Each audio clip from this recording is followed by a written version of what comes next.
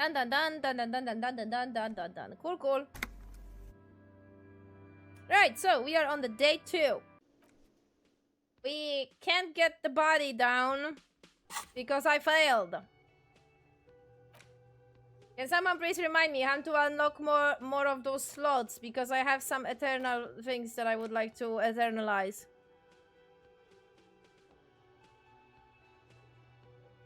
But I can't because I need to forget something.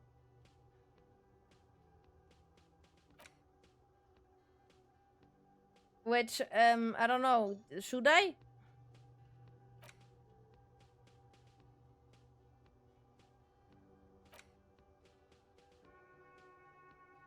I don't know. You'll see. I think I need to get a point. I don't remember how to unlock those anymore. It seems that I need to use something...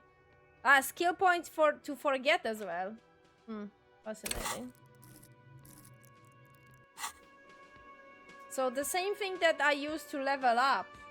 Oi, oi, oi. That's a choice.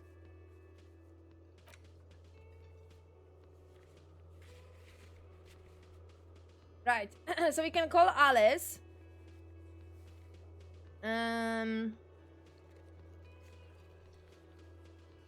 So we'll call Alice then.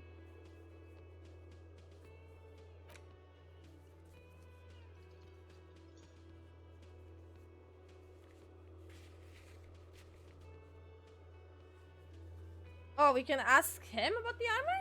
Oh, okay.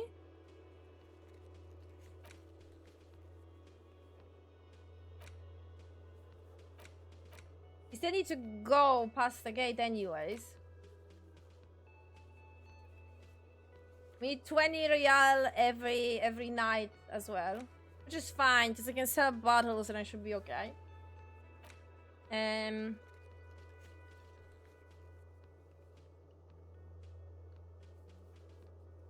We still have a lot of exploration on the other side of the town. Yeah, this is getting somewhere.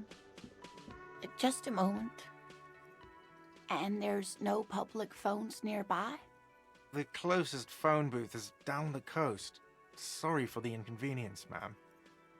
It's fine, I understand. Thank you anyway. I'm glad to see you again, dear. Sorry, ma'am, I didn't mean to eavesdrop on your conversation. Tell me how I might make it up to you. Please don't trouble yourself about me, sweetie.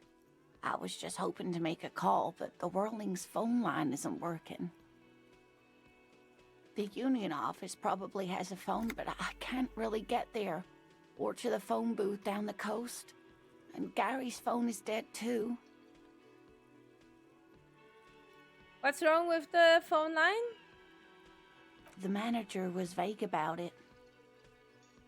Why would he be vague about phone problems? This is something to look into later. Ask God, maybe. Why did you need to use a phone anyway? To let the young woman who's house-sitting for us know that we may be delayed. Morel, my husband, and our friend Gary were supposed to get back by Monday night, but they're still missing, and I haven't heard from them. I was also hoping she'd heard from Morel.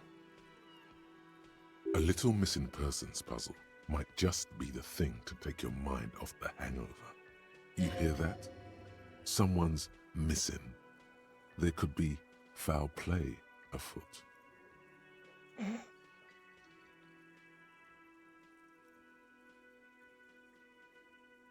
Why do I have to play, what?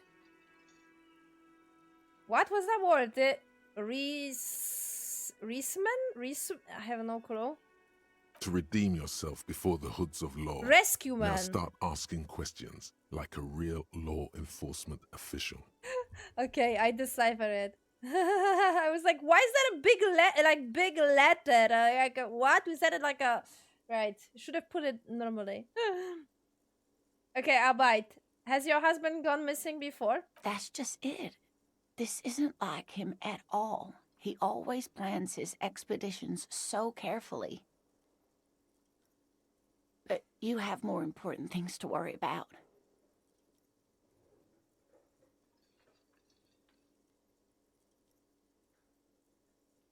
What is this expedition your husband was on? Just some field work, sweetie. Morel is a highly trained scientist. He and his assistant Gary are studying an extremely rare species of insect.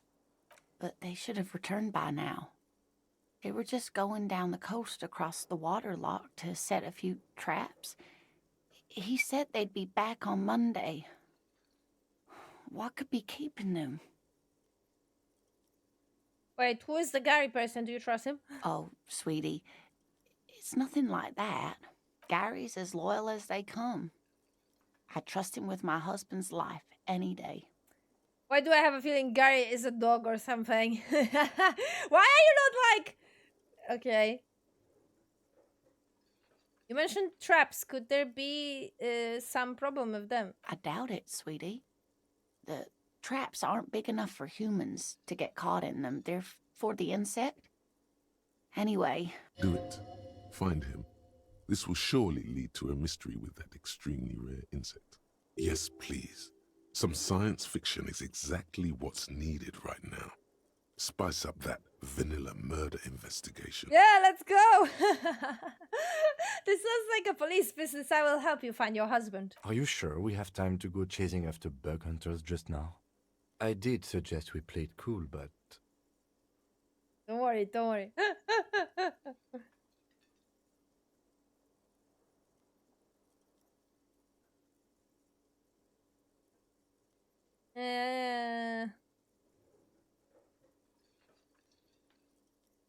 It's just little siphoning. We'll do it down the line. If you say so. Thank you, officers. Truly, I'll be right here if you come across any sign of Morel. So your husband is some kind of scientist? Oh, yes. A zoologist. A cryptozoologist, to be more precise. What is a cryptozoologist? It's a pseudoscience that attempts to legitimize research into mythological beasts and urban legends. That's one opinion, yes. And people are entitled to their opinions. My apologies, ma'am. I did not mean to undermine your hobby. It's not a hobby, dear. It's a subfield of zoology, one specializing in animal species that are so exceedingly rare that many assume them to be extinct or even fictitious. Searching for such species called cryptids is difficult and often thankless, and frankly, many scientists are too lazy to do it. Universities these days are rarely interested in supporting real research. The quality of research at Revacholian universities has been on the decline, but you doubt there was ever a time when cryptozoology was embraced by the academic elite. She's completely internalized her husband's struggles. They are her own. Aww. Maybe you could convince her to tell you about some cool okay. We can get to that. 50 more than 50% chance, but RNG probably is gonna hate me. Tell me more about Morel. Looks, character, your relationship. Oh dear, I'm not sure where to begin. What does your husband look like? Well, his expression is slightly grumpy, but his eyes are always bright and curious, like a small boy's. And his palms are quite coarse from all the field work, but he's quite gentle. You can't go around Revachol feeling grown men's hands. If you want to find her husband, you'll need more concrete information. It's always a challenge to describe the person you know best in the world. Let's try again. Why don't you try describing him as you would one of your cryptids? Oh, well, he's a bit shorter than you, but with a larger frame, and he has longish white hair, usually a bit uncombed. You might say wild, even. The lieutenant pulls out his notebook and begins jotting down the woman's description. One other thing, he'll likely have all kinds of field gear on him, even if he's not out in the reeds, you know, just in case. How long have you been married? We'll be celebrating our 16th anniversary this autumn. Not the most numerically satisfying anniversary, but I like the less obvious milestones even more somehow. How did you two? How did the two of you met? Via dating agency, I'm ashamed to say. Oh, I was looking to get back into the scene after recovering from my accident. And he'd just divorced. We hit it off, and, well, here we are. She's skipping over some important parts. Perhaps you'll find out more later. I think I have all the information I needed. Let's move on. I hope I've been useful. Tell me about the rare insect your husband is looking for. Oh, sweetie, it's fascinating. But I shouldn't bore you with entomological minutiae. The lieutenant gives you a sideways glance. Now I want to hear about the insect. Well, it's a phasmid, technically, but Ah yes, Phasmatodia, a diverse group of insects whose bodies resemble twigs, leaves, that sort of thing. Ghost insects, colloquially. Oh yeah. Here comes the interesting. where other phasmids imitate sticks or leaves, this one's a living reed. It disguises itself among the reeds here on the Insulindian coast. Hence its name, the Insulindian phasmid. Perhaps you'll end up co-discovering the phasmid with us, officers. Looks in the eye and nods thoughtfully. I knew it. We're gonna be chasing made-up insects with cryptozoologists. It's not made up, officer. I can assure you. There's a hint of defensiveness to her retort, but also confidence. She seems to sit up a little straighter in her chair. It's simply elusive, so much so that most establishment zoologists doubt it exists at all. Does it have cool powers? Does it have cool powers? Yes, it can blend in almost perfectly among the reeds. It's how it stayed hidden all these years, centuries even. What makes you think the phasmid is around here? Well, some teenagers making out in the reeds saw one. They didn't know what it was, of course, but there was a brief article in a local newspaper about their encounter with a ghost insect that looks like the reeds. Gary sent us the clipping. Okay, Gary's not a dog. I was hoping.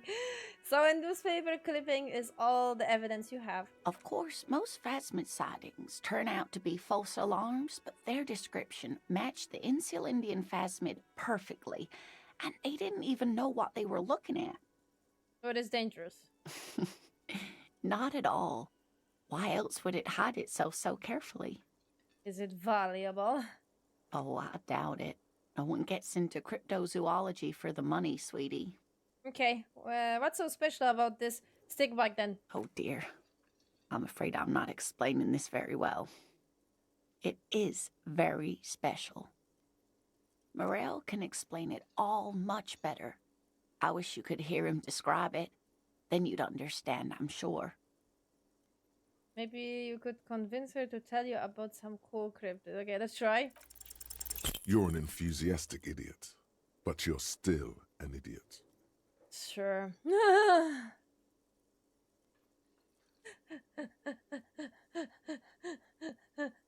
Swifty!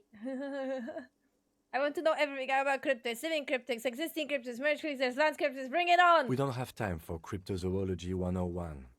Let's get back to work, shall we?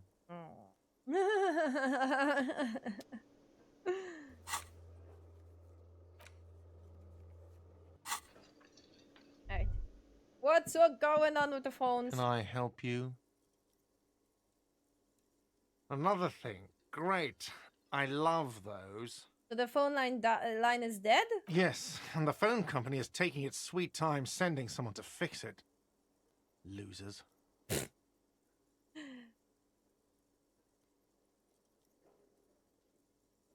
That's pretty strange. It's not strange, it's inconvenient. Is it true that there was foul play? Foul play? Who told you that?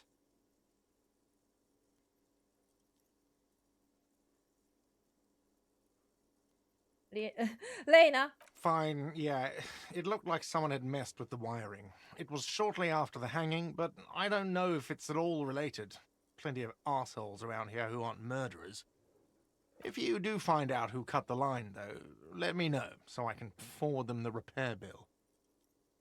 Yes? Alright.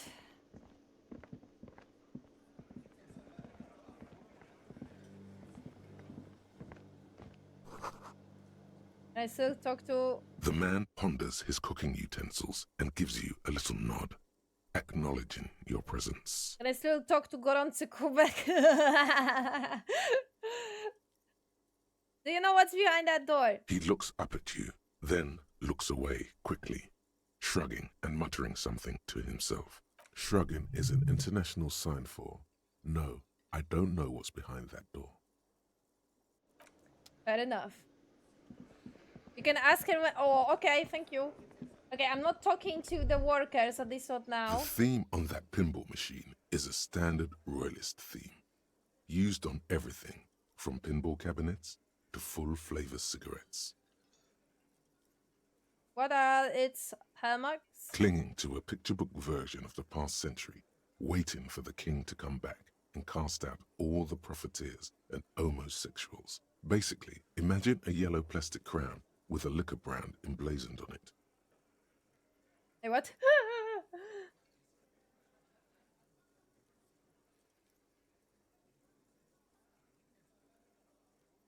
Wait, where do I get such a crown? It comes free with a six-pack of Vermilion Roy d'Or.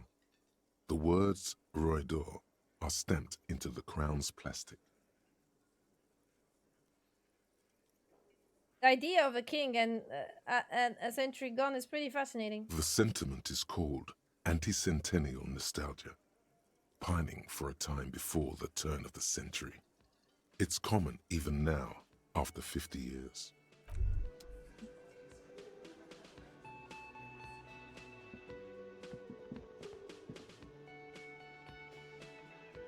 I will leave them for now, because I still have so many other things.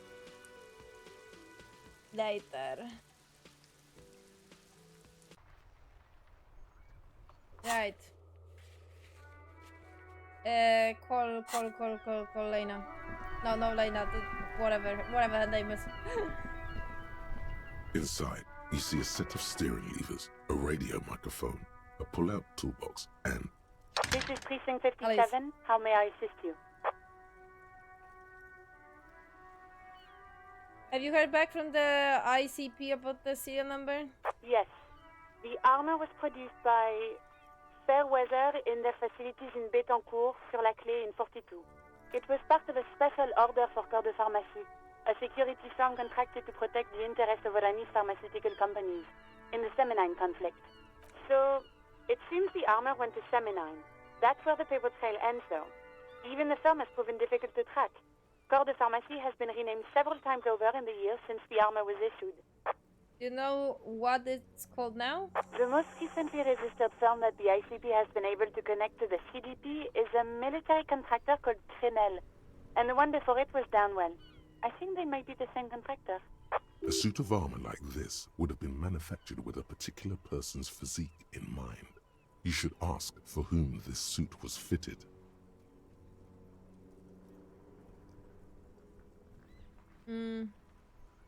A suit of armor like this would have been customized to fit the wearer. There must be a record of the person to whom it was issued. Yes, but the ICP tends to be reluctant to share private sector records.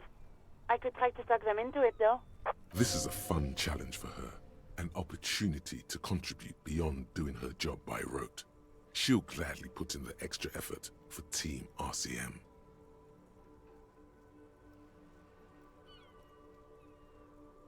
Yes, thank you, officer. We appreciate your efforts in this case. Glad to help. Call back tomorrow. Hopefully I'll have more for you then. 57th, over and out.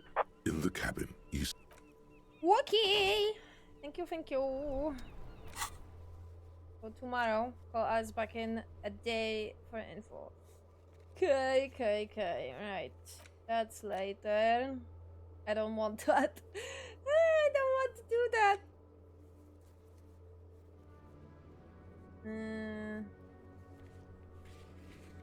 We still need to talk to well, whatever her name, the lady on the boat, I think.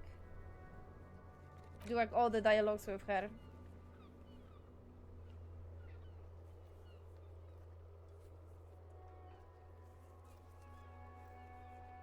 I don't have a money.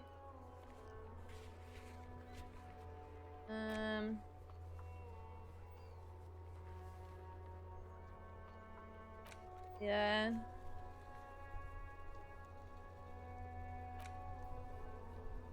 Need to ask. Oh yeah, that rich lady had something, but she was not gonna tell us if we're not gonna help her. Joyce. Oh, something she wants to tell you.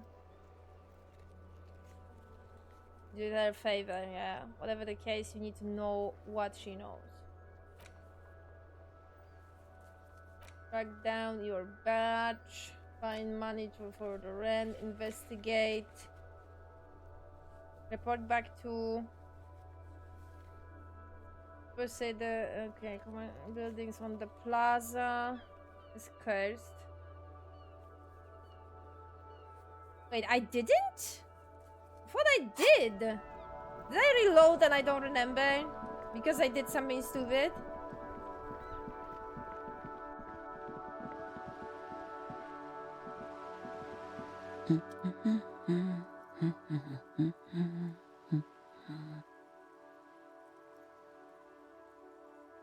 A good one? Yes? Hello? Who are you? Me? No one. I'm just a working class woman. She doesn't really want to be disturbed that much. If she's such a working class woman, why isn't she working? Shouldn't a working class woman be working? Not all the time. Right now I'm browsing books. Even a working class woman needs something to read. Phenomenal. It is. I'm a policeman. I know you are. Oh. Everyone can see that. The rectangles.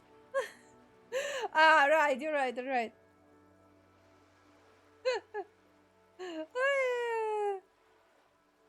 Do you need the help of a policeman? What with?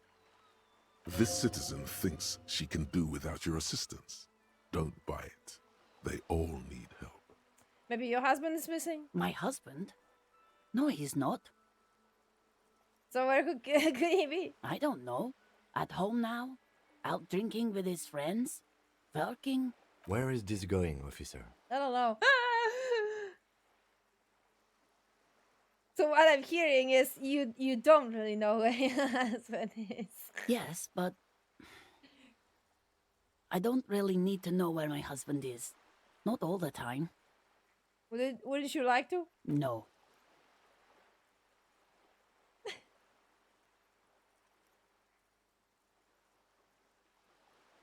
I can really help you find your missing husband.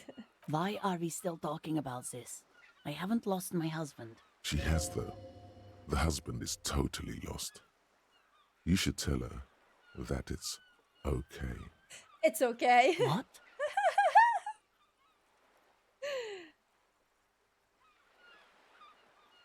It's right to not know where your husband is. Nothing shameful, Linda. Who said anything about shame? Stop talking down to me. My husband is not missing. But he is. You can feel it. Or maybe it's something else then. Maybe your children are missing. No, absolutely not. So are they? Are you a policeman or a nanny? Nanny, where are they? They are not missing, sir. You know where they are. They're at home, smoking, giving the ladder of vices a chance. What if something horrible has happened? What if they're dead? That's the bad vibe you got before. Oh my god, stop! They are at home, right? Smoking cigarettes. What? That's just... My daughters are perfectly fine. They're with their friends down in Shamrock. There's nothing to worry about. They're almost grown up now anyway. They're past the age they need me protecting them from everything now. Oh my god, okay. Maybe you're right, maybe they are missing after all. Okay. The woman before you, not Stop fucking around.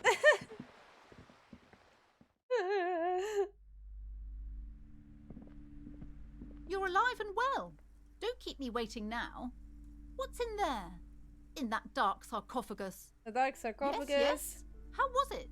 Tell her how ghastly it was. You know it's what she wants to hear.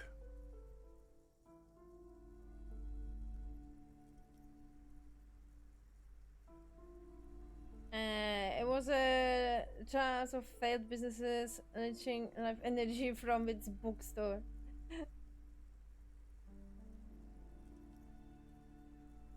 I knew it. Oh, such horrors that have been thrust upon us. But what else did you find? Did anything survive? No, of course not. Have you located the entity? I took to entity you told me about. Her name is okay. A novelty dice maker? Well, spit it out. Why does she need the dice? For some kind of sorcery? Sometimes they use the ankle bones of sheep.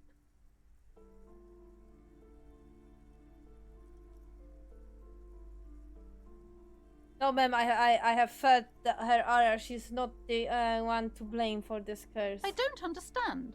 If it's not her, then where is the source of the doom? How did she explain the curse?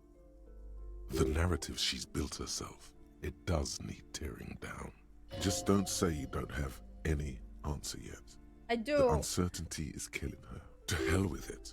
Perchance you ought to just lie, sire. You've come this far. You know how to end it. There is an entity behind the entity.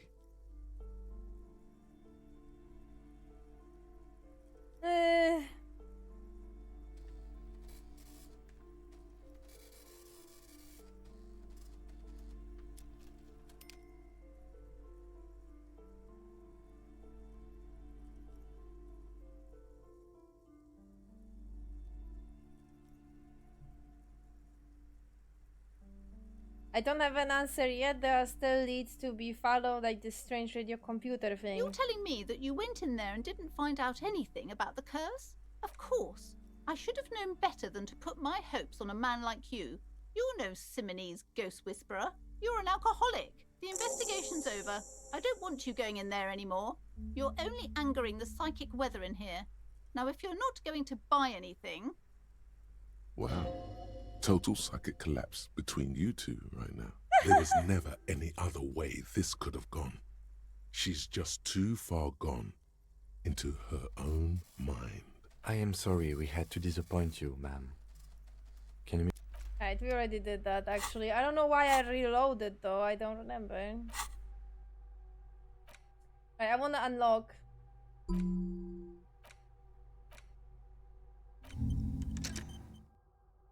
I have more thoughts. Right. This poor woman. I'm sorry. I was terrorizing this poor woman. Hi, Ace Detective. Are you here for more books?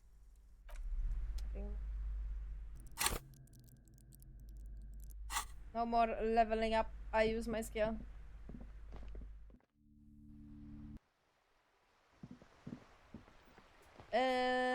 Right.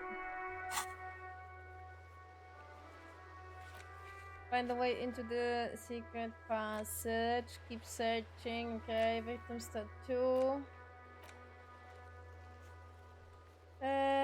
Who put the clothes in the trash? Interrogate the drivers about the smuggling. Ah, that driver, okay.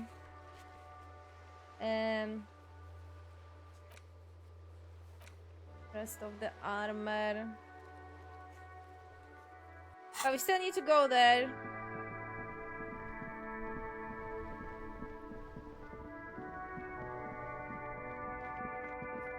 Oh my god, there's so many fucking people I still need to question. Looking for something, Aunt? Come to tell me to fuck off again? You are a lorryman, right? What's your stance of on drugs? Drugs? They're shit, man. I don't let anything pollute my body. You know where that shit comes from? Sarah Miriza, Safre, Ilmara. They take the money from our local junkies here and then use it to outcompete us in the manufacturing sector.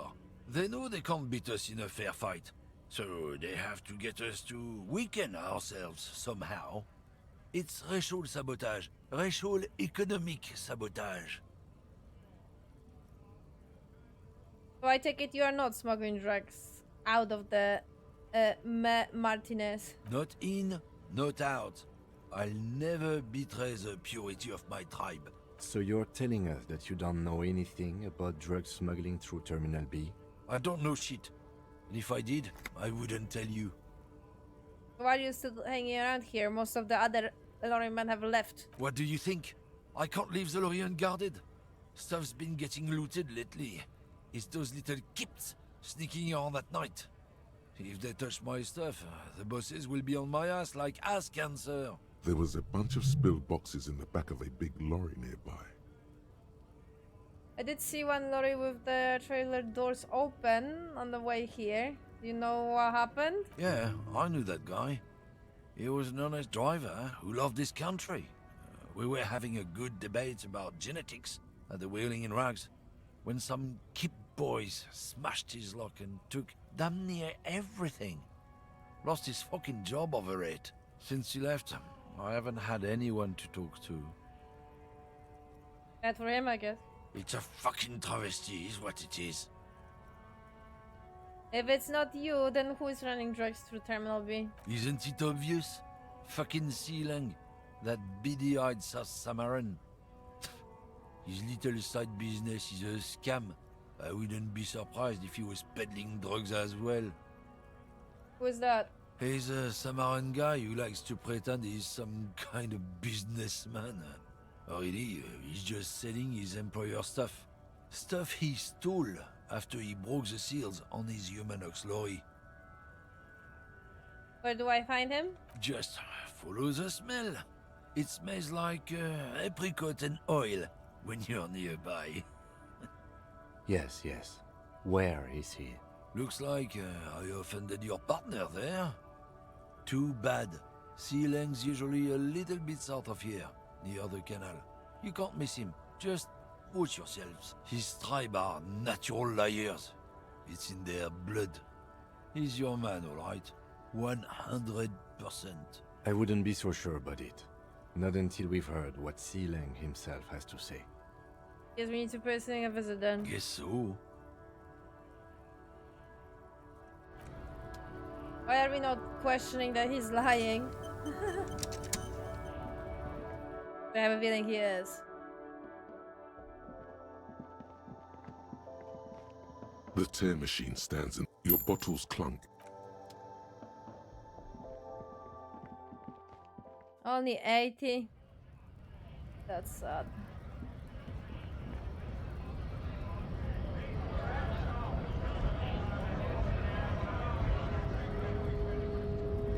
Right to work!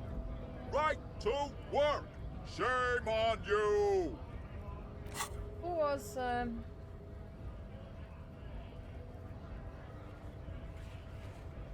I think it was him.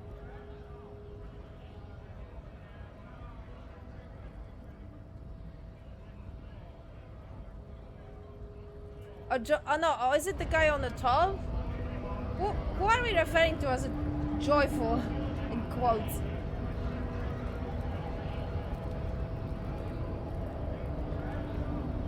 Hola, Wandering Man. How can I help you? Gonna tell me you were supposed to know about the armor. The little boy had the good on his promise. His promise. To get me into trouble. To sick the pigs on me. Pardon the choice of words. Not mine. What happened? I was asked to look into that armor situation. Official Union probe, you know. Track it down, see who took it. Did you? At first I thought, why not? Maybe the pieces can feed the strike. Buy us a few more days under the sun, you know? So I went to this boy. He said he'll make me his prison bitch. He's got eyes everywhere, the cops in his pocket, and he's the king of Jamrock. Serves me right for doing menial footwork. I dropped that probe right then and there, and it still got me into trouble. One bad move is all it takes.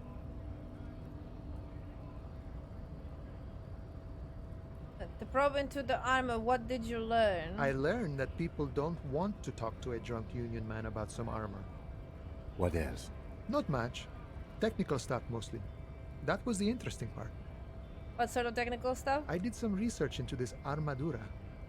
Let's say I have friends at the library. I didn't get into the material science, just how it comes off. How does it come off? In parts. 4 in total. The helmet was the first to go. The kid says he tore it off and kicked it into the sea. I believe him. The boots were still on the guy last I saw. Too hard to remove. So, as I count, there are 2 parts missing. The gauntlets and the cuirass. This is where I left off. Too much hassle. More like a job for some militia.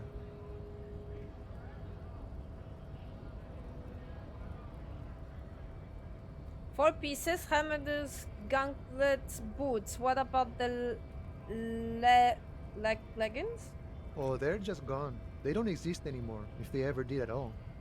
Forget about them. I did.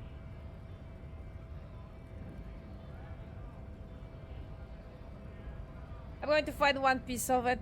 One is enough. Nice and balanced. Some junior officers can take care of the rest. Smart choice. It's only that one spot you need armored too. The one the bullet hits. Okuno use us to what? Scare you? It's a minor nuisance. It's all good. No problem. If you see that kid, thank him from Call Me Mañana. Thank him for showing me the way. He is sincerely grateful he is not tracking down pieces of armor right now.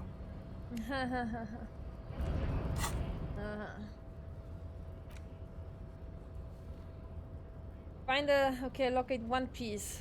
I think on my first playthrough I found all, actually. But I don't remember where are they exactly.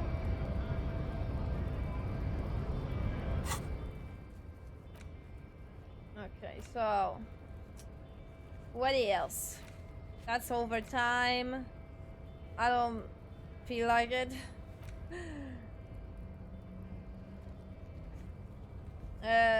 Maybe we can talk to Joyce.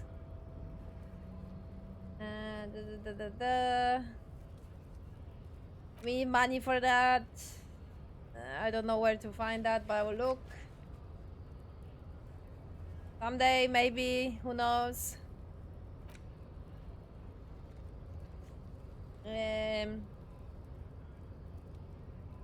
We'll look. We'll look. We can ask that guy, actually. Why not? That's gonna take time. I'll try.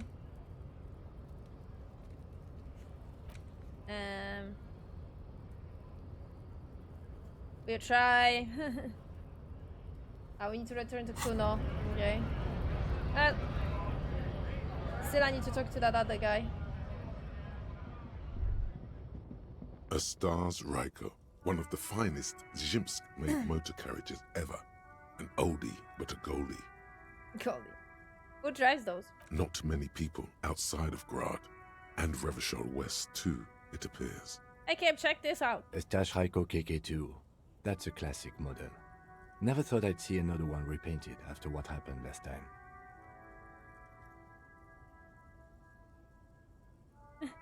Hold on, maybe I can impress him. Do I know what happened last time? No, only that the motor carriage is typically baby blue. The colors of Sigismund the Great, an ancient Zhimsk ruler. His banners were famously zephyr and white. The colors of the Stars Ryko.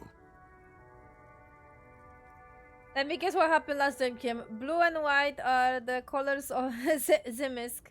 Someone painted it, got Zimisk mad, and boom, murder happened. That's, well, yes, exactly it, more or less. Except it was a crowd of them. Tore him out of the vehicle and ran him over with his own tires. They said it was an honor killing, Hussar style. The Zhims community protested the trial, flying the colors. 5,000 came to protest. Correction. 4,395. The 4th largest public protest of a criminal trial in Revachol.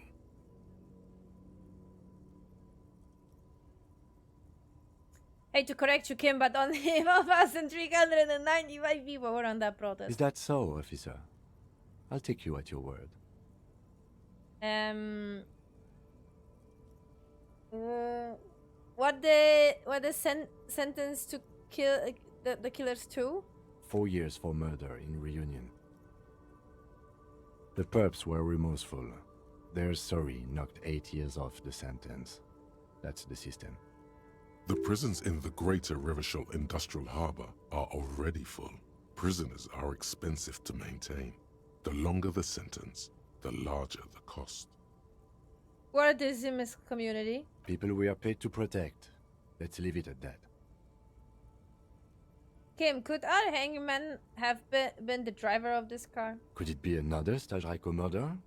Honestly, that just doesn't seem like the type of vehicle our dead guy would drive. So my initial guess is the two are not related. Before we proceed, I got an opinion on this paint job. Yes, detective? They should have left it baby blue. You sure you're not Jimsk? He shares a smile with you only for a second. Yes, you're sure you're not. Or if you are, it's only in that Revacholian way. 4 to 5% maximum.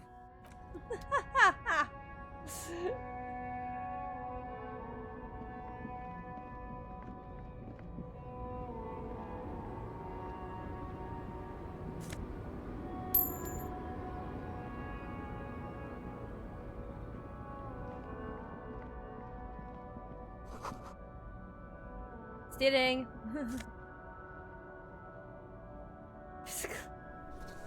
Physical intimidation. The small, wrinkled woman does not greet you. She nods along to something on her radio.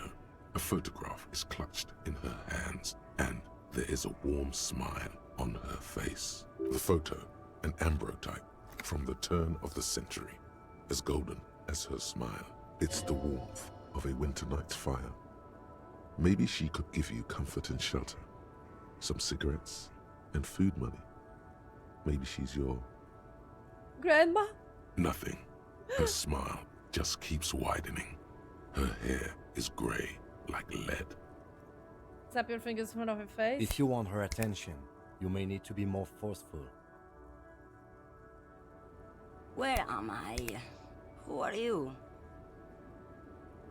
Like a magician recalling a subject from hypnosis, you have drawn her back to reality. The smile on her face has disappeared, replaced by the weary aspect of a cornered beast. Are you right, ma'am? You are out. Never mind. I remember now. I'm still stuck in that traffic jam in the 50s. Wait, what's so bad about the 50s? The men have small jaws and everything is made out of plastic. Why do you need plastic when you can make the world out of amber? Where else would you be then? Back in Methka, during the time of the revolution. The sidewalks and cafes are filled with young people. I was on my way to see a new Boyadero picture starring Gabriel Buendero. Until you came along, that is. It's Gabriel Buendero. This is Gabriel Buendero. He shows you the photo in the frame. A strikingly handsome man looks straight at you, his head crowned with a wide brim hat. His hair is dark as an oil slick, and his jaw the most perfectly chiseled thing you've ever seen. He was the biggest star of his day. Girls used to faint in the aisles of cinema whenever he came on the screen. And schoolboys used to memorize all his lines. In all likelihood, it's a world that's only ever existed in her mind. Mm-hmm.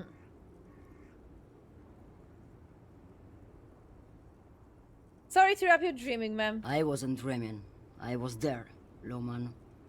It was early spring, and the man behind the black sun had just come out. The posters were 20 meters tall.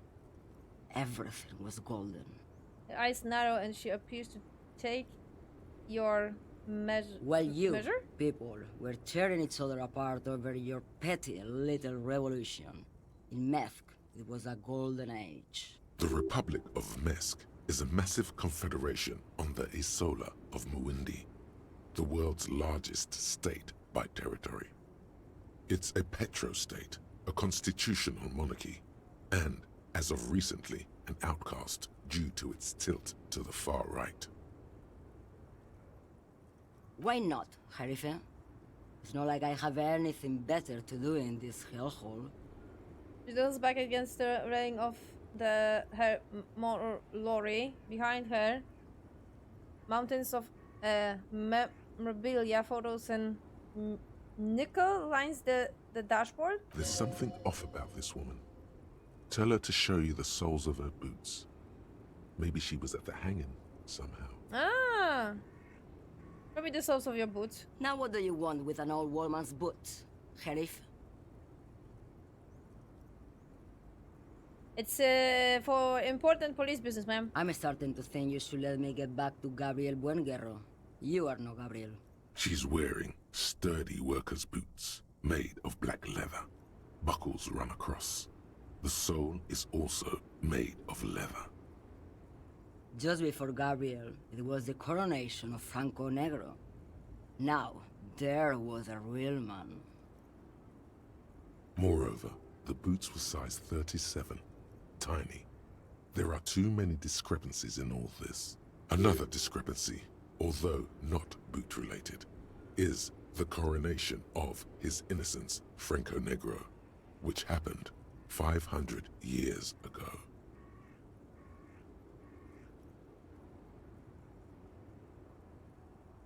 She is not old, sorry. There are not the boots that made the print. I could have told you that from just looking at them. The size is 37. The feet of a little girl. They fit well on the pedals.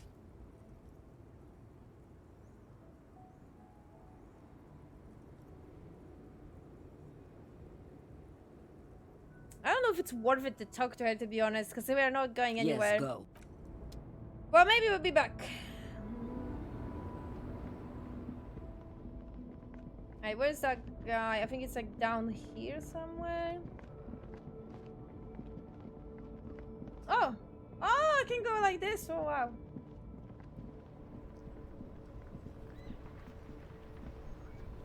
He's down here, I think. I am a gander and a hunter and a gatherer. A simple little cadence. He seems to be making it up as he goes. From another planet. Hey there. Abdullah! You sure are, my man. Yes. People get that you are the law. You really don't have to keep saying it. Shut up, I'm Batman! What's going on here? It's the jam, my man. What's the jam? It's a traffic jam for the ages.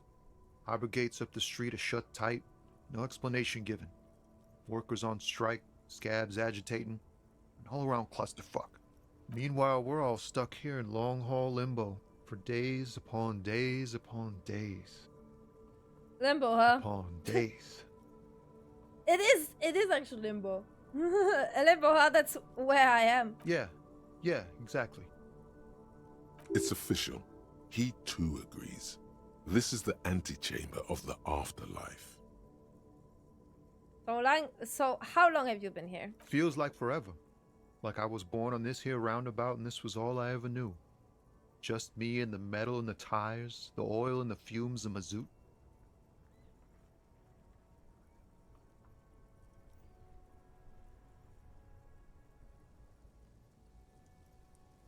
Extravagant phrase, but I can roll with it. Yeah, imagine. It's been a whole week already. Behind the laugh, however, a touch of sorrow. So tell me, what do you need?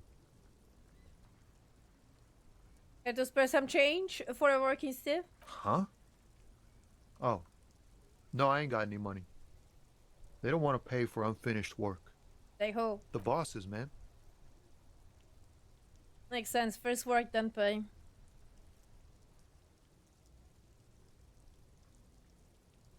I mean, I don't know who those bosses think they are, but that sounds like a good arrangement for them. Yeah, it sure ain't good for me. Or you. I'd spare a coin or two for a city cop down in his luck. If I had, say, 4 myself. Know anything about the dead man? The one hanging behind the hostel there? He ain't one of us drivers. I know that. All accounted for. Otherwise, I haven't really asked about that. Been wasting time right here. Keep him busy. Let them know the difference between the cop and being exactly.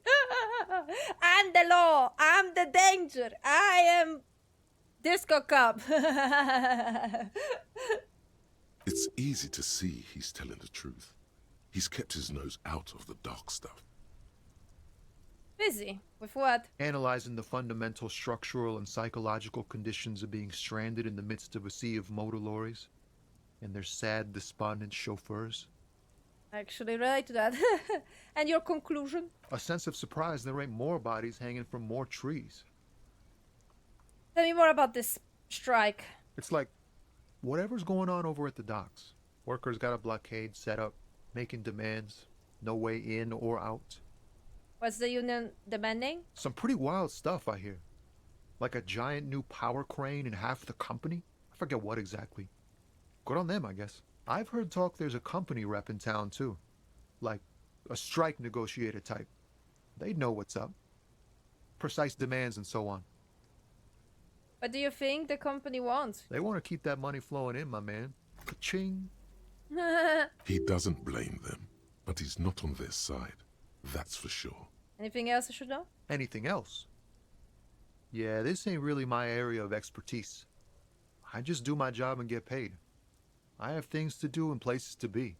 All of us do. I relate to that. That's the exact sentence I am constantly using at my workplace when people are getting like fucking upset about something. Like not the customers, because we have lovely customers, but you know, my team, my co-workers, like I get upset that why is this getting changed, what that, what that, and I'm like, I'm just here doing my job, man. I just need to get paid to survive. I don't fucking care. I'm gonna do whatever she wants me to. I will stand on my freaking hands if she pay me for that. Sorry. All of who? Us lorry drivers. Camioners. You still hang around here waiting for this mess to end. Most have scurried off somewhere to get drunk or high. Or laid. Not that I blame them, really. Not you. Not my thing. Chasing transient pleasures is a drag these days. I prefer the examined life now. Thinking, reflecting, observing. What are you hollowing anyway? Oh, high-grade narcotics, illegal firearms, stuff like that. Time to arrest him. Relax. He's merely joking. He's joking.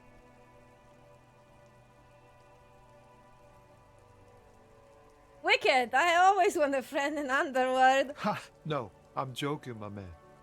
Found runs a nice, clean business. This haul of cargo is mostly sporting goods. You know, tracksuits and that kind of thing. They usually get shipped to Grad and the Occident, though we've been making headway in the Il Moran market lately.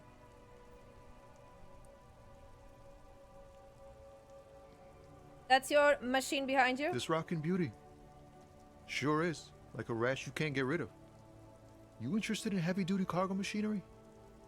A motor lorry, also called a camion, on Caillou and neighboring islands. This one looks roughed up enough to be some sort of found rust bucket. Maybe the A6. That's a fun A6 you got there. Good eye, my man. Yup, she's an old one, but reliable. Me and her spent a long time together. There it is again. A little touch of sadness beneath his cool. He thinks he's spent too long in this lorry. Could I get one of those fallen tracksuit you're hauling? We're pals and all, but I can't just freely hand out the merchandise. The bosses won't be happy. So nothing illegal then? Not unless they've illegalized sports equipment while I was on the road. The man taps his fingers rhythmically against his arm. Are we having empathy? Oh, less than... Whoa, that's small. 42?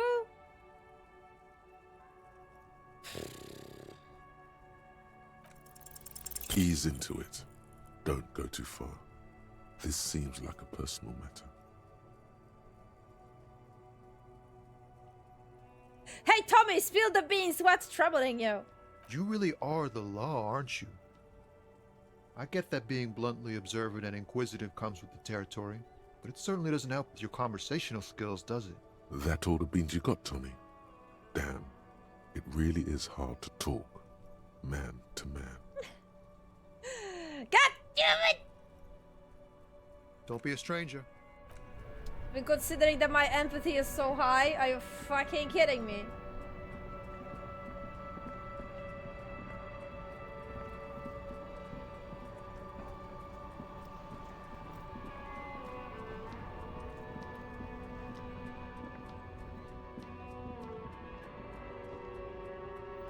There are clothes inside.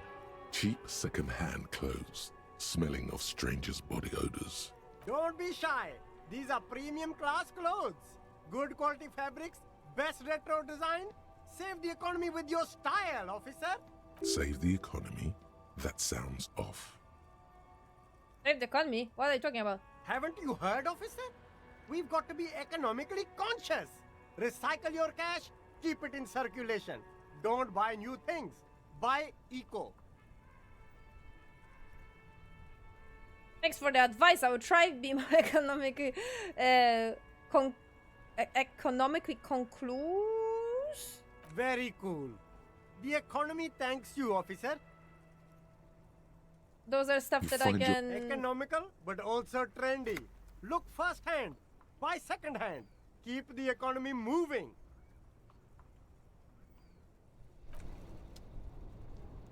Wait, that's not how it. Wait, that's not how it works.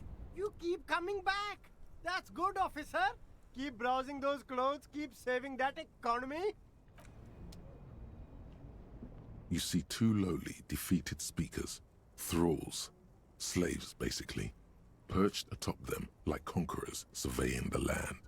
A pair of found, durable wear sneakers, ultra serious. I can see you've a taste for luxury, officer. Can't keep your eyes off those sneakers? A pair of found ultras. The design is impossibly sleek and simple. A futuristic silhouette with a sleek monochrome colorway, a jet black upper, and a silver-lined midsole. Those sneakers, mister. Those sneakers are the latest found sneakers. Super air, super fine, super cool. Only 50 real. Only? That's madness. Found ultra. Wear the future. You remember the slogan from some magazine. These once respectable speakers have been conquered, reduced to a mere prop by the indomitable found ultras atop them. Well, no. No, don't look at the speakers, officer. Look at the sneakers. The sneakers are the stars here.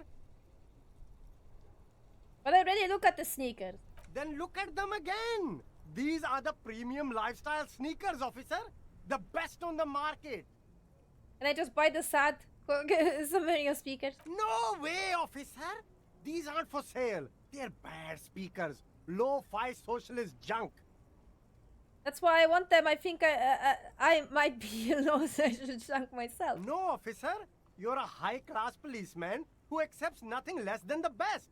Lucky for you, I've got the best on sale. I don't know what I am. I don't even know it myself. I want the speakers. Well, if you want them... But see, they are the pedestal for my sneakers. If I let go of the speakers, where will the sneakers go? I can't leave premium lifestyle sneakers on the ground. If, on the other hand, you wanted to buy the sneakers too, I could maybe throw in the speakers for little extra. 50 cents? Damn, so you have to buy the sneakers first. God fucking damn it. Hey, psst. Who, me? Yes, you. Word on the street is you're ready to start building communism again. Seriously? Again? Yes, you're ready to start building communism again. You've built it before. They've built it before. Hasn't really worked out yet. but neither has love. Should we just stop building love, too? Love has worked out really well for me. I am a love winner. Good. We need tender men like you building gargantuan communism. Word on the street is it's going to be 10,000 times larger than any communism previously attempted by human beings. Is that right? How did I trigger communism? What did I do?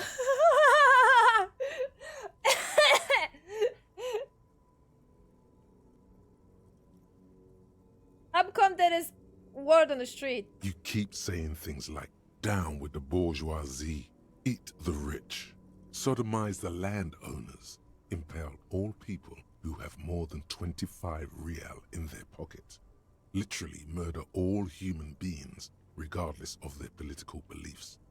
That kind of stuff. Technically, it does help the economy as long as he pays taxes and the self-reduced gets... Aha! Okay, fair. Because, like, I thought that's, you know, that technically buying from the original supplier helps the economy, technically. I wouldn't thought the second hand would help the economy. Because it's basically reselling what was already produced by the original supplier and sell it again by the lower price. I mean, I am a fan of that. That's what I do. But yeah. When the hell did you even get a yeah, exactly! I am confused! I am confused! Laurie, thank you for the hydrate. I will sip my tea. When did I got the point for communism?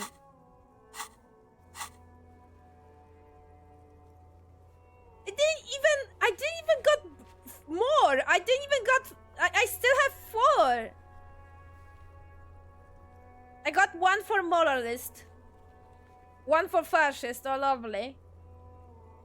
Sorry cup is 8 now. I didn't improve my superstar cup, god fucking damn it. And I'm going insane with good cup, bad cup. The fuck? I haven't said anything like that. Okay, not in so many words, but don't deny it. You're about to rip off that mask of social democracy and reveal the monstrous seven-eyed lamb of global communism that will devour and masticate mankind. Everyone can see that. So tell me, do you have any questions before we fire up the big communism builder? Or do we get right down to it? Right, guys, what do we do? What do you guys want me to do? I am open for both, actually. I don't mind. I didn't do communism in my first playthrough. At least I don't think so. But I know that a lot of people canonically, I guess, see Harry as communist. Communist super cup. That's a lot of people's headcanon. Like, this is their, like, canonically accurate Harry. As far as I can see in the fandom.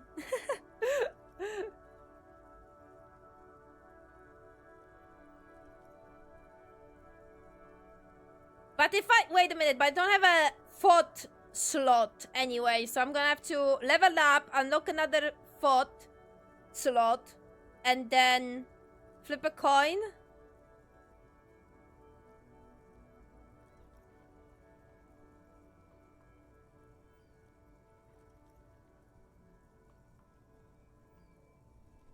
Cat is a communist now! Shit. Fuck. No. God fucking damn it.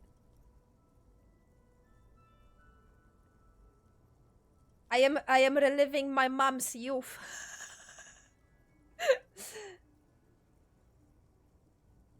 Cause that's what happened in Poland, does it, right? I am terrible. I'm sorry. I don't even know like the correct origin of times of my parents and my grandparents. I'm sorry.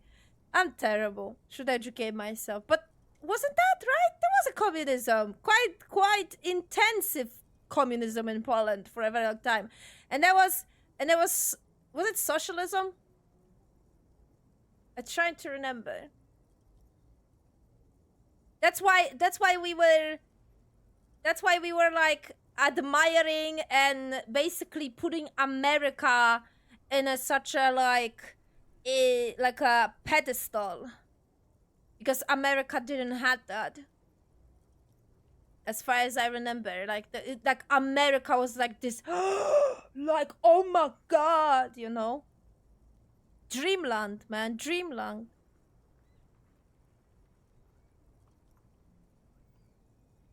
Dog-eared H coffee, welcome, nice username.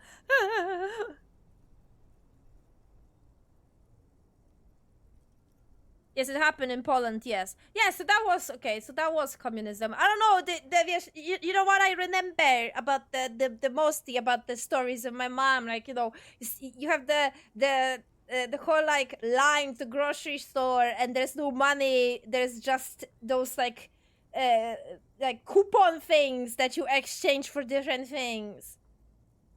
And they didn't, and they were, like... They didn't have enough for everyone, and there was only like basic things, and that's basically it. Which is a little bit.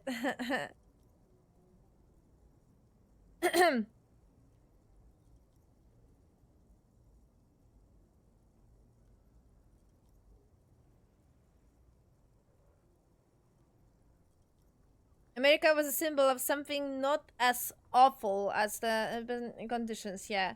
Yeah, that's what I remember. Like those like insane, oh my god, my uncle sent me those jeans from America, like, you know, those like freaking superstar jeans, and everyone was, oh, Jesus Christ, oh my god, the most luxurious thing in the world. And yeah, like, oh wow, this is insane a little bit. This is insane when you think about it. When I think about it currently, right? Like, my god. I mean, don't get me wrong. In 90s, it was, even considering that we were out, and we are in 2000s, we start being part of the European Union, but still, as a typical Kowalski, as a typical, you know, very grey citizen without any like insanely career built family, with a basic lives. Unfortunately, you know how it was. The only person that stayed in our hometown, oh, and in a basic small town, not in a big town, mind you, as well. The only person that stayed in our hometown is my sister. Everyone else was forced to basically just run somewhere, including me, because there was no other choice. Because the economy was shit, and everything was shit, and, you know. So yeah, still.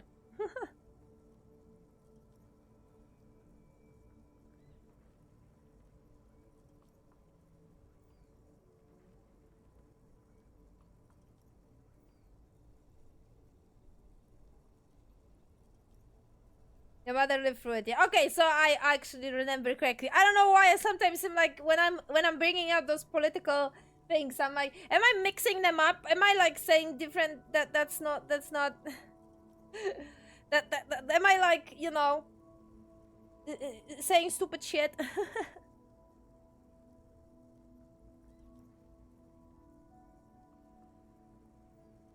What's the communism even about? Failure. It's about failure. Failure. Yes, abject failure. Total, irreversible defeat on all fronts. Absolutely vanquished, beaten, curb-stomped and pissed on. Until you came along. You will reverse the fortune of the workers of the world.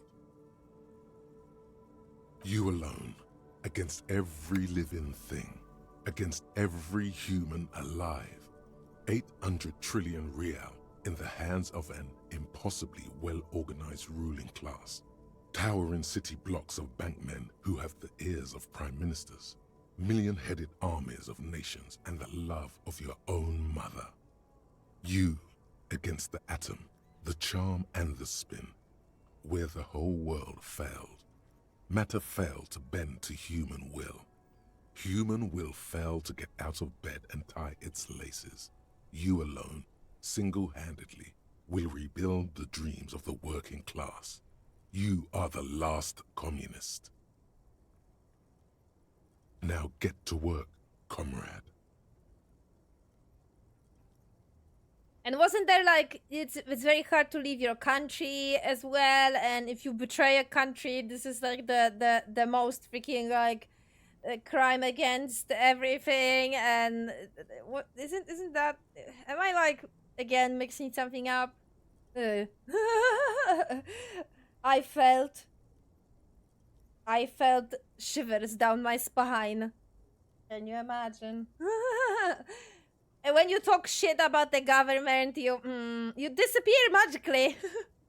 Is that how it was? Oh man. It's more socialist type of, okay, fair enough. No, because I hear comrade and I don't know, I see this in front of my eyes. So that was Stalin, right? Sorry, I am shit. I am a snowflake hidden inside this planet somewhere inside and trying to survive, and I am terrible. Okay, you can ask me about video games. Don't ask me about anything else. Okay. I don't even know basic math. and I am laughing, but is it a joke or is it not? I don't know. I'm stupid. Shut up, leave me alone. Let me just survive, okay? Let me just survive to the end of my days and leave me alone.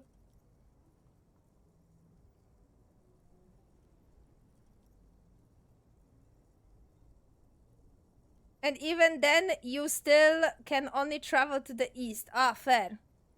Squeaky, welcome. You should talk to the communists in the game. Probably I would. I'm trying to talk to everyone. Collecting all the different views and different perspectives of the universe of this game. Okay, I don't have it in me, I'm sorry. Very well. I guess no one will build communism then. Tell the working man it's over, unless anyone has objections. No objections. It's mathematically impossible to achieve a classless society. Everyone knows this. Thank you, thank you. Anyone? Anyone else? There's one. What should I do? You should build communism. Precisely because it's impossible. Seriously? This guy? Shut up, I want to lie down and let the water carry me downstream. Yeah, exactly. You see a Samaran street vendor surrounded by a motley assemblage of goods. When he realizes you're looking at him, his face breaks into a wide, welcoming grin. You're better off not getting into politics, honestly. Not gonna lie, I made the mistakes and start to, I guess, know the basics at least in the age of 27 or 28, and I regret my decision. Cause there is no healthy approach toward this. Seriously. And if you want to even talk about stuff with different people, people get so fucking emotional that's impossible. So, you know what? And I already have fucking Twitter. I have enough, man. I have a fucking Twitter. My head hurts. I am getting a migraine every day. Especially when new person to cancel pops in. And I'm like, leave me, God, please. I just want peace. I just want peace. The name Sileng is embroidered over his breast pocket. Happy shopping, officer.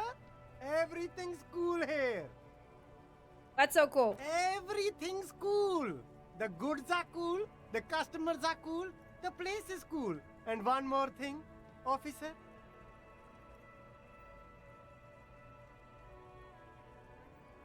Getting into politics is what is about this game. Not per se. There is a difference between basically experiencing the media, see it as the media, and like trying to understand the perspective of someone that wrote the story, and there is a difference between actually deeply trying to, like, I don't know, like eternalize it in some way of the political views by itself. So I can still enjoy the story and not be insanely political about it, just like my disclaimer says. I can still be into this universe, enjoy the characters, and enjoy what the writers want to portray, and not, like, get obnoxious about it in the political territory.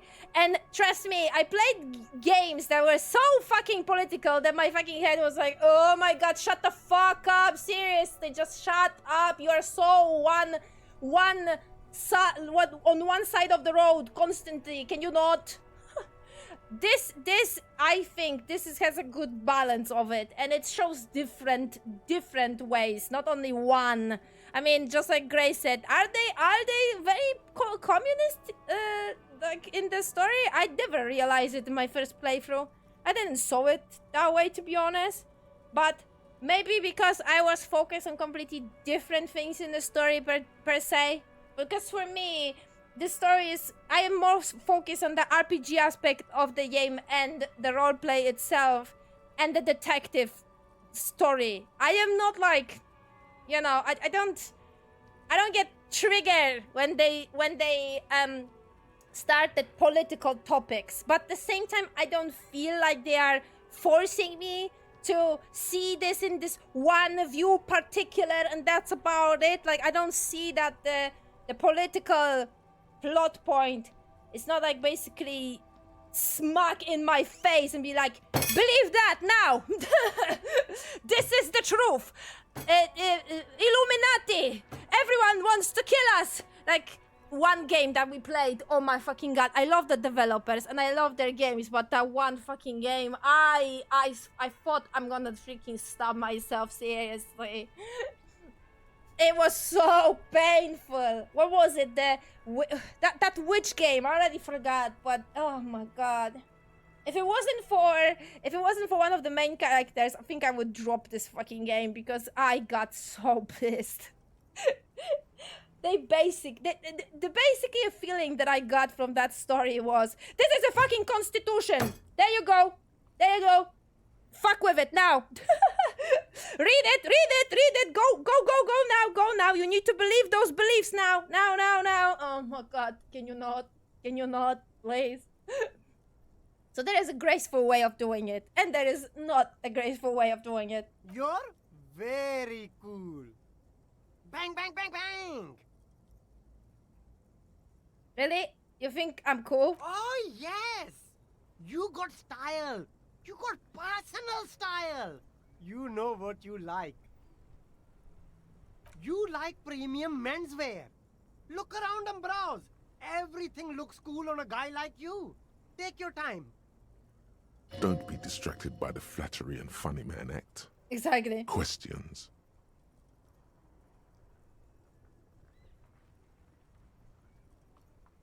Where are you from? Siling? I have no clue. It's a boring story, officer. Who cares about the past? I'm all business now. All Revachol. This man probably comes from Seaguy, sometimes known as the Apricot Suzerainty, an archipelago in the Samaran Isola. You're from the Apricot, whatever they said. The pronunciations are confusing. Apricot Suzerainty calls to mind an era when the Seaguy archipelago was colonized by Revachol. It's a bit of a slur, in other words. Whoa! Oopsie. Sorry, I didn't mean to say that. I meant to say that you're from Seaguy. Very cool.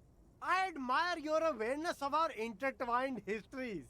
It's super nice of you to apologize for colonialism. But the apricot suzerainty is a shithole. That's why I left.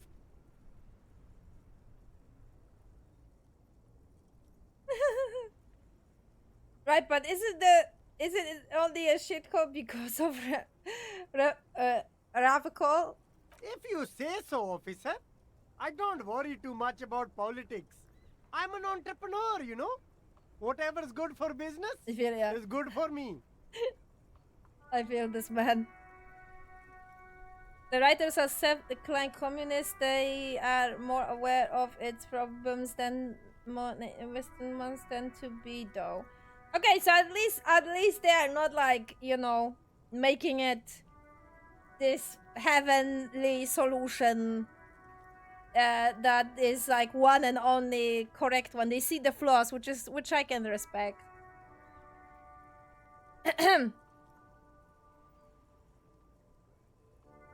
What? So, Sitting, what's your stance on drugs? Drugs? I don't go in for that, officer. Drugs ruin lives. Unless you're into drugs, of course.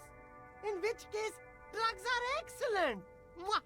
Tasty, tasty drugs. I actually don't like drugs. That's very cool. I don't like drugs either. I only said I do because I didn't want to sound lame. Peer pressure. You're looking for a lorry driver who is transporting drugs out of the harbor, or he or she is in this traffic jam. That's even cooler. You investigating narcotics crimes like that?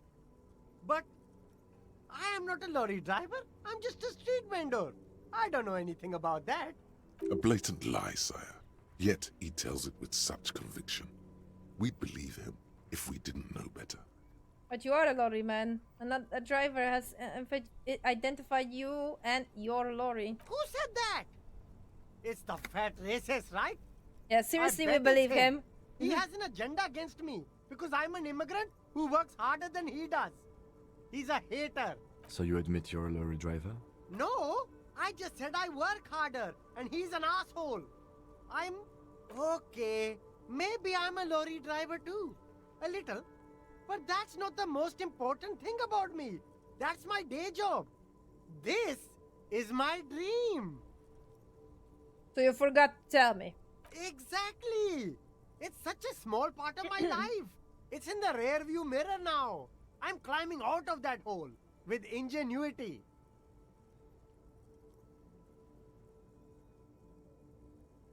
Stop squirming. What do you know about the drug operation at the harbor? Nothing. I told you. I'm not a dumb guy. I don't get involved with that crowd. And what crowd is that? Crowd. You know, the drug crowd. No, he wasn't talking about an abstract crowd. It was that crowd. He doesn't want to talk about them. He's afraid.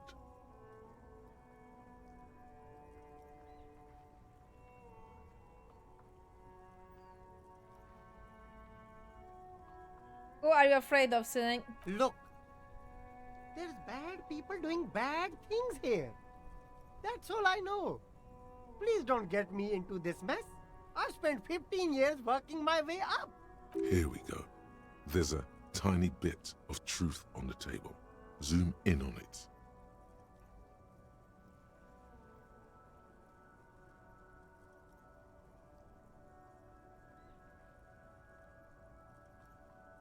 We are body sitting. Help us out. No one will know it was you. It's a she, okay? The other drivers call her the lady driver. You're better off staying away from her. The way they talk about her, she's no lady. Who are those other drivers who talk? All of them. I don't know. I told you all I know. Are we cool now? Who exactly is talking about this lady driver of yours? The racist or the other one with the tattoos? All of them. Even the ones who've left. I don't hang out with them. I don't remember who has tattoos. Is the lady driver the old woman back there? I don't know. Maybe. If she is, I haven't gone near her. I don't get involved. I told you. It could be. She was strange. He's not ruling her out. Okay, we are cool now. All right. I scored. Let's cap this off with a purchase. You can walk away from here with funky sunglasses, detectives. Both of you. You deserve it. Pressure him to give you some money. Oh, that's so...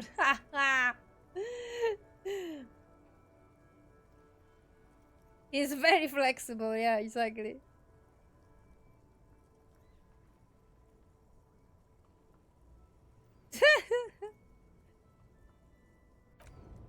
Okay, so now... So seriously, that lady is important? I wouldn't even thought. There's a pile of cheap sunglasses in a small box. A variety of shapes and colors. You like sunglasses, officer? I've got the latest styles right here. Abort. These are hideous. What's more, they don't even fit your face. You can feel them pinching your nose and chafing against your brow. Damn, officer! You look like a mega secret spy. Very secret. They're practically made for you. I'll let you have them for 2 real and 50 cents. No, you are definitely not buying those.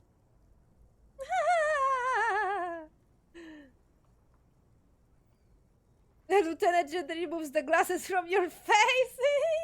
You free again. You're right. I am too sensible for those. Are you sure? But they look so good on you. You should think this through, officer. These are all boring. Boring third-rate ho-hum sunglasses made of cheap Syrahese plastic. The kind of plastic that melts in the sun. Those UV stickers are almost certainly just there for the show.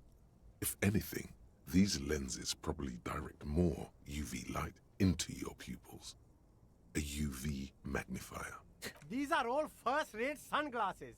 Premium design, superb material, very cool, UV resistant. These will definitely keep your eyes safe and cool while doing your dangerous police work. No luck. All you find is this lime-colored cellophane visor, produced by a bargain sportswear brand called Amphibian, apparently. There's a malformed green frog on its bent cap. Oh, that visor is perfect for you, officer. It'll definitely keep the sun out of your eyes while you're shooting criminals. Bang, bang! And all for a mere 6 real. Kim, are firefighters something... what? Firefighters something we should be prepared for firefights? Okay, okay. I hope not. You don't like it? Sure, Square Joe. No problem. Let's get you some real shit. I remember that one.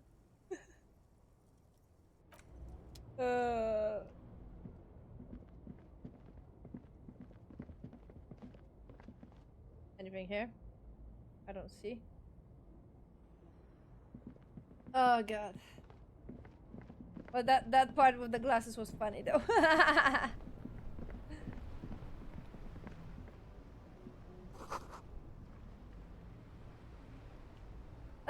How the tree grow in the fontaine?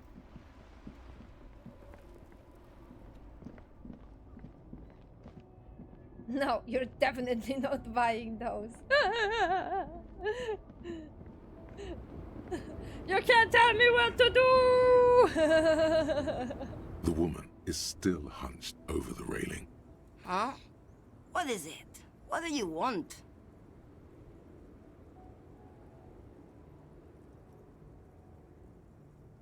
You are... Alright, are you the lady driver? Did you just call me a lady, Herife?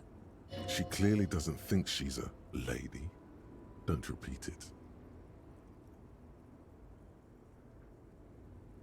I was told of a woman driver. You're the only woman here. I'm not that either, Herife. I've gone too far from it all to remember what was between my legs. It doesn't work like that on the long haul. Oh, you're not the driver everyone is terrified of. I'm only terrifying to small children, and to those who used to know me. Yeah, it's not her. Believe me.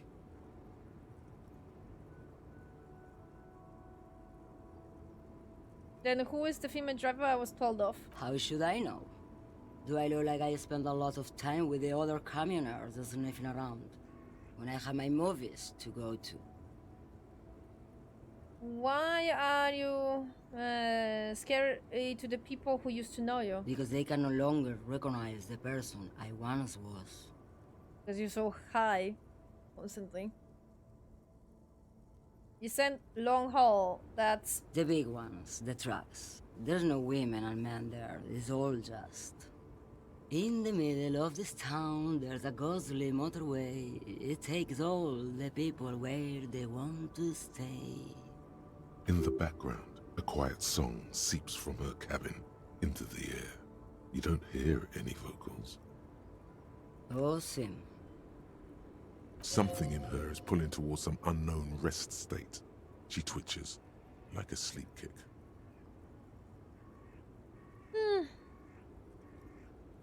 You seem like a woman who knows a thing or two about drugs. What do I need drugs for, Lowman? What I see, what I feel, the great adversary, no drugs can compare.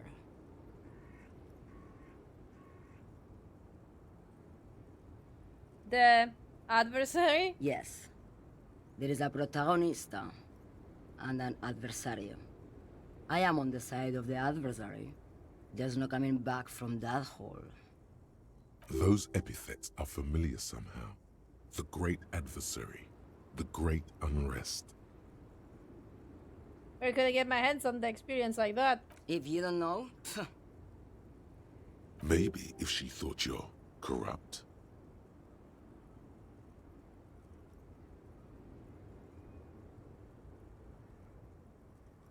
What is that you are hauling exactly? Your man, Lowman, what of it? Okay, let me put this another way. Are you smuggling drugs through Terminal B? Maybe. Probably not. Makes no difference to me either way. How can you not know what you're hauling in your own lorry? Just this month, I made half a dozen trips from Saramiriza to Grat on the U41A. What do you think they take from Saramiriza to Grat, Lowman? Drugs? No, Lowman. Diamonds.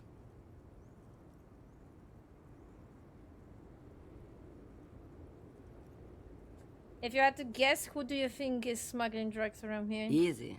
It's the skinny man who thinks he's a poet. Never trust a poet.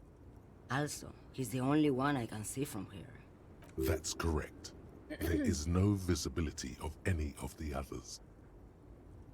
Okay. If you are not involved with the drug trafficking, then why are you still waiting here? Where do you want me to go? This isn't so bad. I can listen to music, or the seagulls. Look at all the colors and the futures of this world. It's a good palate cleanser, this jamboree. Or I can just relax and let my mind carry me back where it will, to the Great Plains. I think we're done here, no? I think.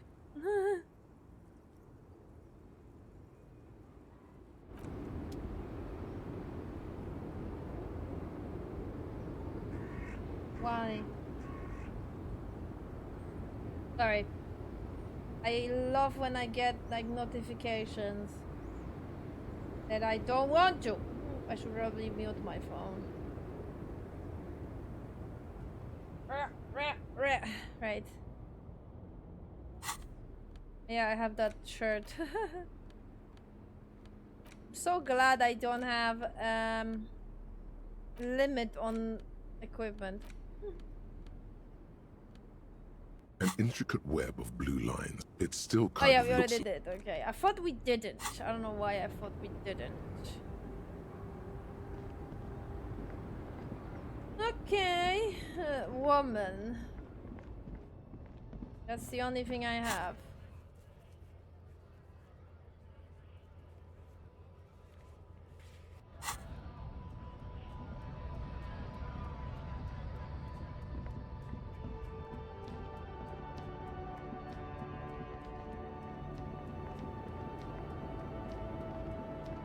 Maybe that other guy, the friendly guy, would tell me.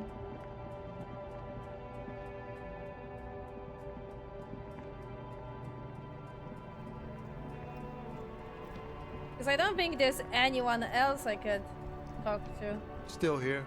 Stuck in this damn jam, my man. What's up? I heard that one of the drivers is a woman, but I don't think she's here. Do you know this lady driver? I don't want to talk about that.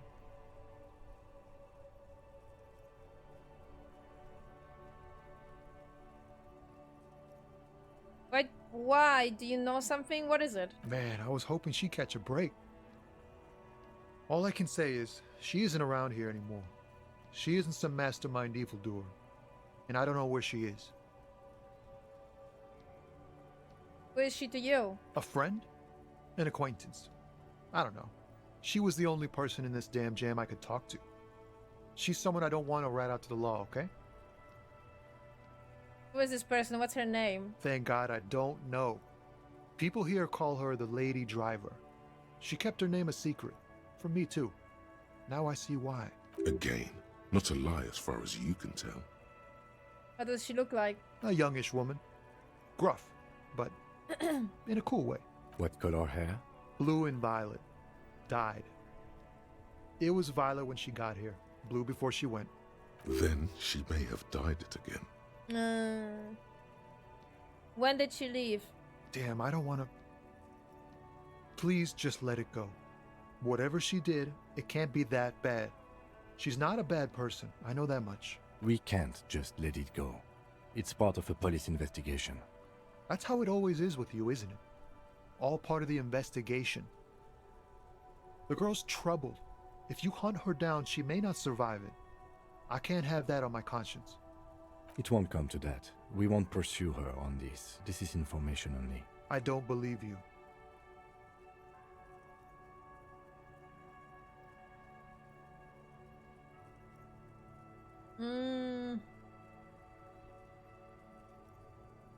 Believe us, it really is. I just can't, man. I'm not naive. You said she's troubled. How? She's got the darkness in her. That young person's darkness when you think it's all over. And you're looking for a way out. She shared this with you? Yes. Which is why I don't want to snitch on her.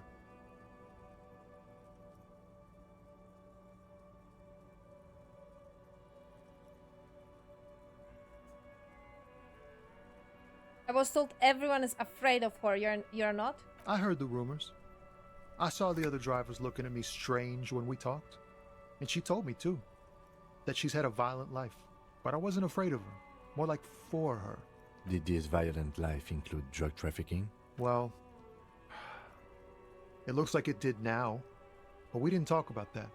We talked about life, you know? She talked about her mind.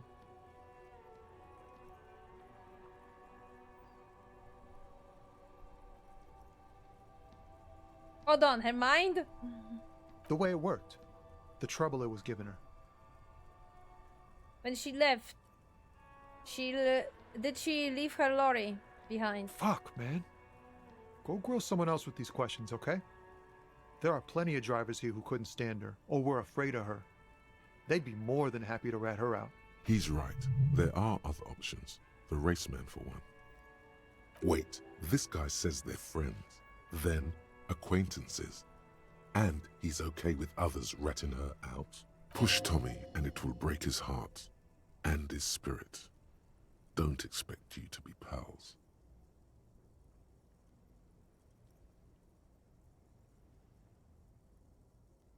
So you're alright with others ratting her out. You just don't want your hands dirty. Fine. I don't want to be a butcher. And I don't want to be a knight either. I just want to be a person who can sleep at night. A little fame wouldn't hurt too. Put yourself in my shoes. I need this for another investigation too. It's important. I can't blow it. You're not going to put a bullet in your head if you blow it, are you? Because she's on the edge, man. Imagine it. An explosion of stars. Goodbye world of men, money, and machines.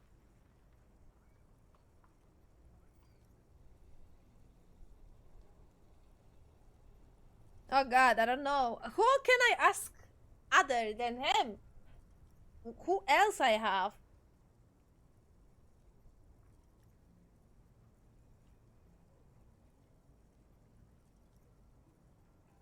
God damn it.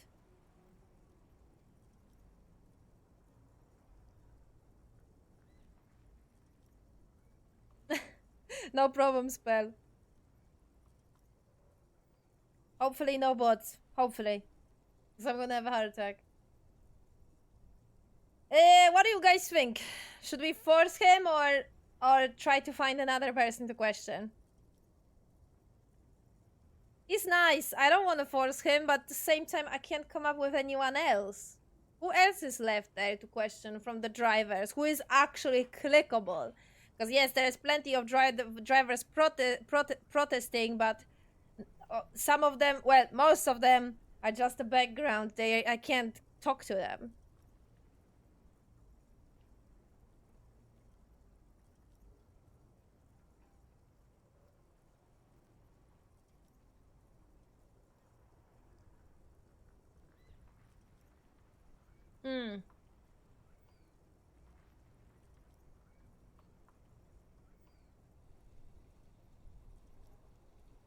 I can find them by myself?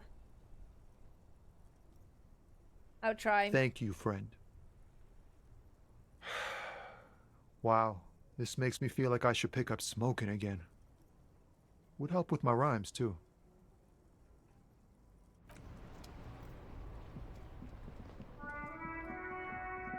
That's actually a good idea. Thanks, Gray. Looking for something, Hunt?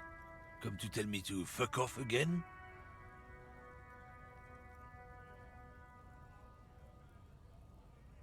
You know, I've been giving me the runaround. Fist up. Fist up?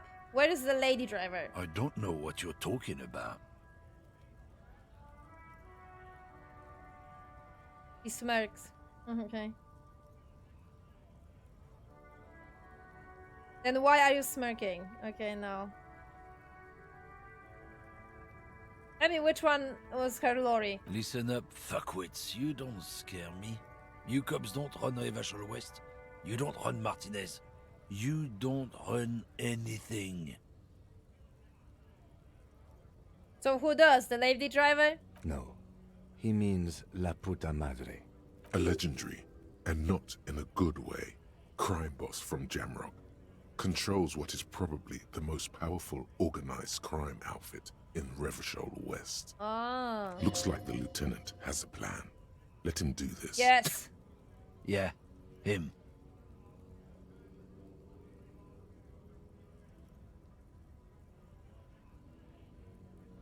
Cross your arms and nod. Then I presume you are familiar with his peonies. Yeah, they're his little bitches. He's got them all over the unions. Not just the unions. He has peonies everywhere. Some say he even has them in the RCM. Dirty fucking peonies who'd do anything for him. Multi-ethnic drug addicts. The lieutenant adopts a rodentine quality. Be cool, sire. He's getting into this. You're not peonies. You wouldn't be investigating a drug thing if you were. No, of course not. We are not peonies. But if we were, and one of Madre's drivers were to be stealing from him, then it's a good peony's job to find out who that is. He's surprisingly good at this. Not bad at all. Look at him lurching. It's not a hard job. It won't take a long time. It won't make Padre Madre angry. But a stupid fucking racist is standing in the way, protecting this fucking thief. I'm not scared of you or the mob. I'm under the protection of the Lorryman and Carter's Guild.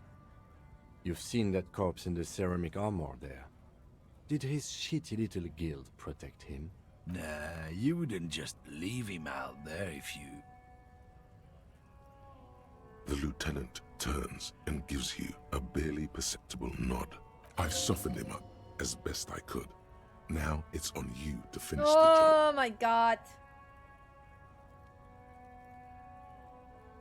Oh, because I said go fuck yourself? Fuck. That's so low. God fucking. I'm not even risking it. This is not gonna work.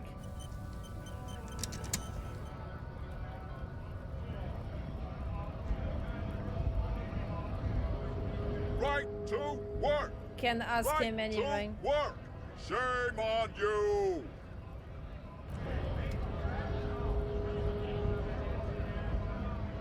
Yeah. Huh?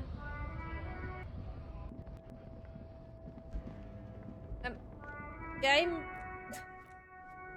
Why do I have a spinny thingy?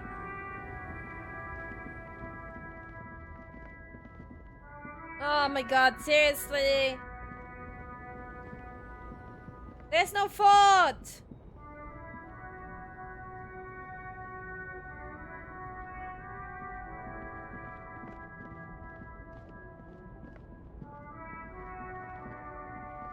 Done, hello.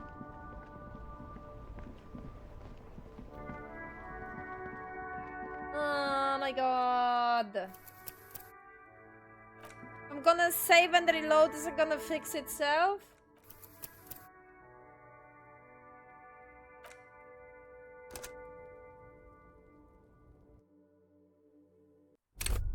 No!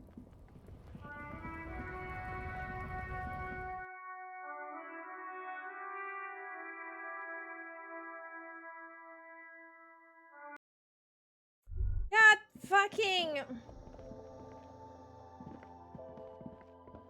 Well, I hope it's not gonna broke the fourth thing.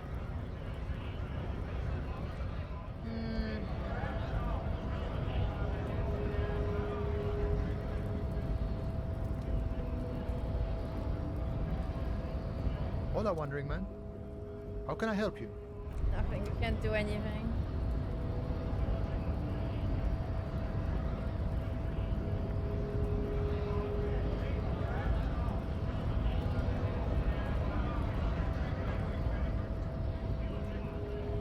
God damn it.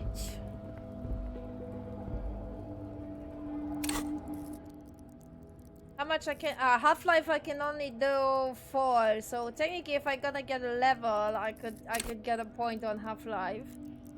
And then maybe, but still this is gonna be only 40 something, I think. 40 something % of success. I don't like RNG anymore. Right, what else I can do?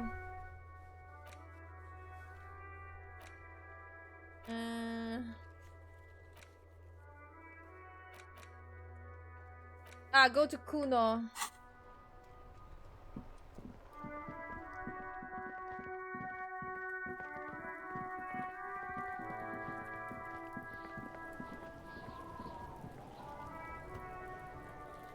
Fuck does Kuno care? I talked to Ma about the armor. So?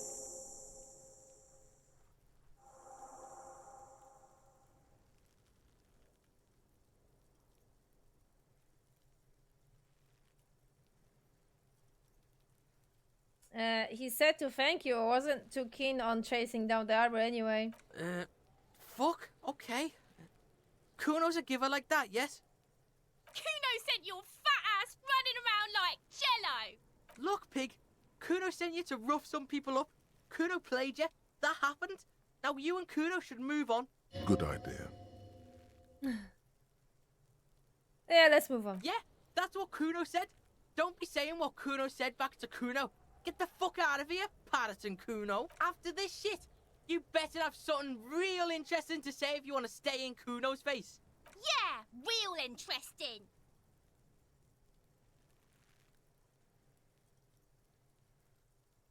The fuck do you want with it? Yeah, Good call, Pigmeister. Don't come and talk to Kuno about his kingdom. Kuno doesn't... Okay. Right, that's complete. Anything else I can't do anything else now. That needs to wait. That's gonna take me some time because I am not risking the 30% success, definitely not. We need to collect more bottles. What are the freaking alcohol bottles? Right, I think maybe I can talk to... should I continue talking to Joyce? I didn't do all the dialogues with Joyce, actually.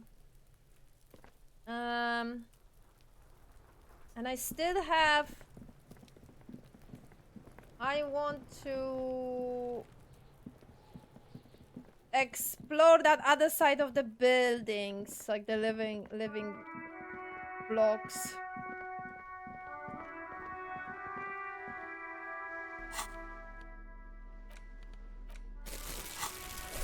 Probably look for more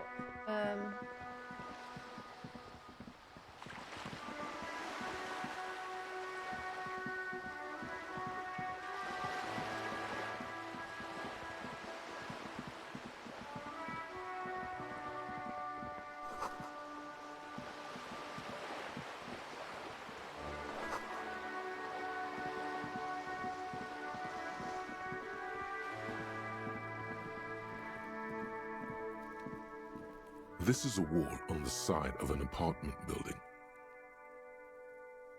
Oh wow, conceptualization? What the hell? Impossible? Fascinating.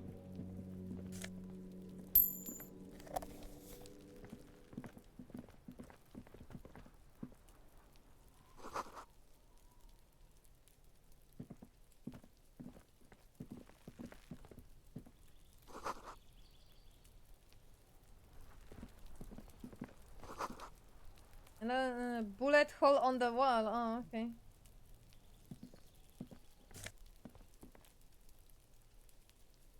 Reaction speed. Half-life, maybe. Okay, that's too far away. Just a closed door, but you know, add it suspiciously. Can I do anything? Uh-huh. Maybe a shortcut later on.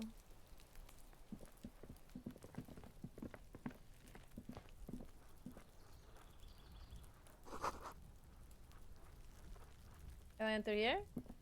And get him There must be another way into the building. What the fuck happened? Ow!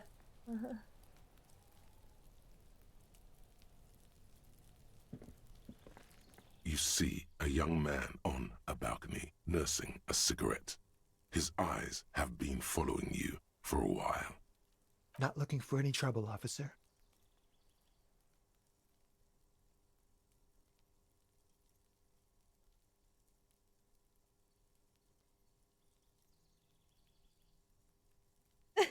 Something broke with the sound design. What the hell? They recorded wrong or something? No trouble from me. I just want to know what's going on here. I don't want to be seen talking to the gendarmerie if that's okay. I just want to finish my cigarette. Don't let him go. This could be your witness. The balcony has a great view of the whole thing. Actually, the gendarmerie really needs to talk to you. Is it really that important?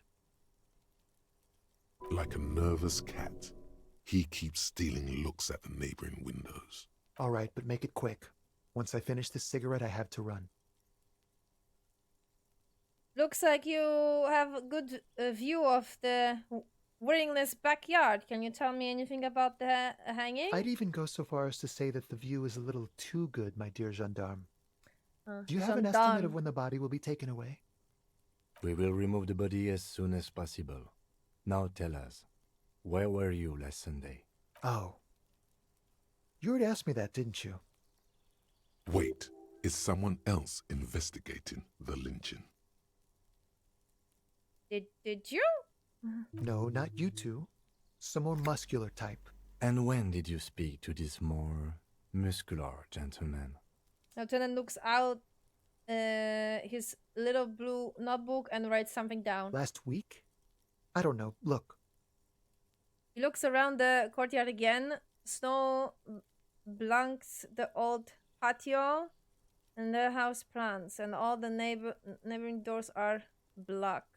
Black? A downy blanket of white to cover up the miserable poverty of the scene. You didn't answer the question. What were you doing last Sunday? I had a friend over. What kind of friend? It was my Sunday friend. Makes sense. Friends are nice on Sunday. You don't have to work. You can just spend time with pals, watching rugby, and drinking beer. Definitely. That's definitely that, man. Definitely authority. 100%. What's your friend's real name? Did he see something? He doesn't reply, gesturing no with his cigarette. Under the grey sky, snow continues to pile on the neighboring windowsills. Fuck. Can you tell me your name? My name?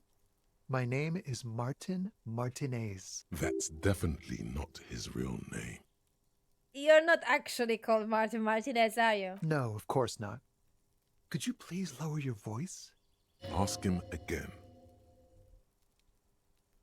I think he will answer when we get inside that building. But how to get inside? Oh god, I don't remember. I really need your name. And I really need to finish this cigarette. But he hasn't left yet. No. We won't. Now, if you'll excuse me, I really need to get going. Fuck.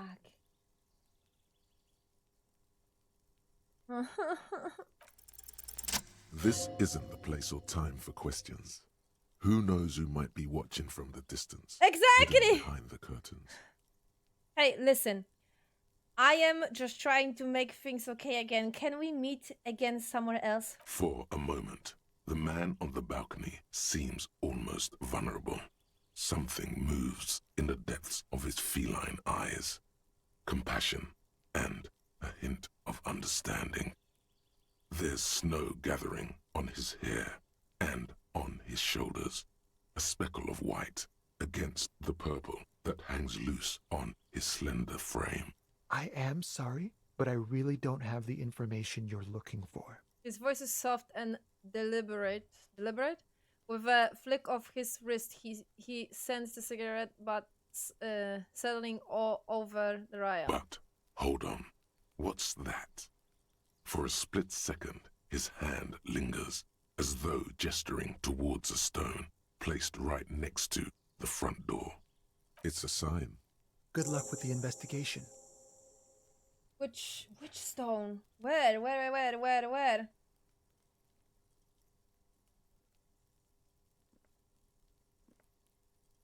This stone. He's gone. We should ride after him, see where he went. No point in running. Tenements like these often have multiple exits. If he doesn't want to talk to us, then he'll know how to hide himself.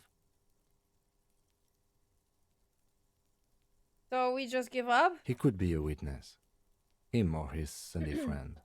Either way, we need to look into that muscular type who's asking about our case. True. He did leave us a sign. Did you see that? He wanted to draw our attention to that stone right over there. That one, okay, here. If we find a way inside the building, we can ask around for his apartment.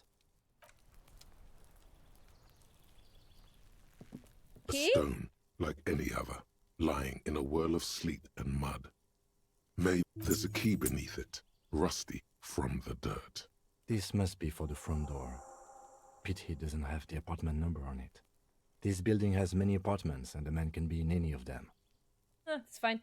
How are we going to find the right one? We'll just have to go in and see. Nice!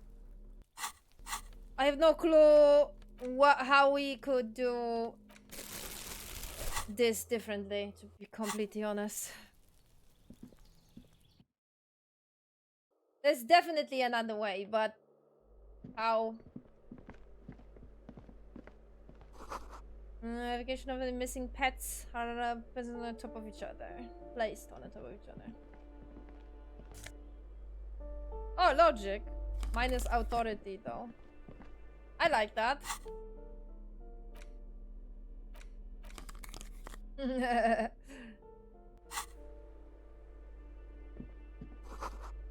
Box filled with cleaning, chemicals, smells of laundry detergent. Now that's for the balcony, okay. No, the boots, sneakers, and old slippers. Those shoes came in 3 different sizes. Definitely exactly 100%. Considering this like the style of this gentleman, like his sense of fashion, 100%. Loud rumbling so come from within. Oh yeah, I can hear it even.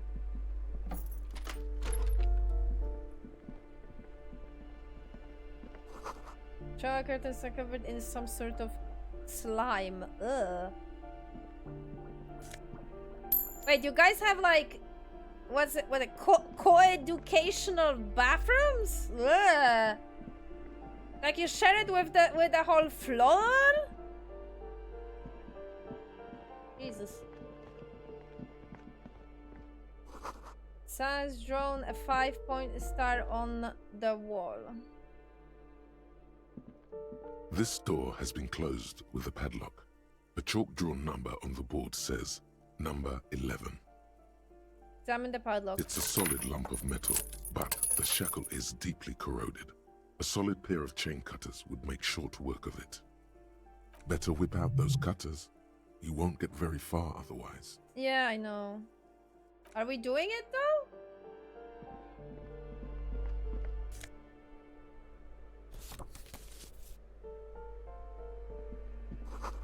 Door 9 is locked.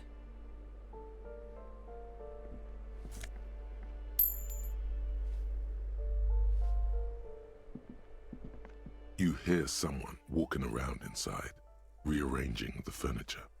The number on the panel says 10.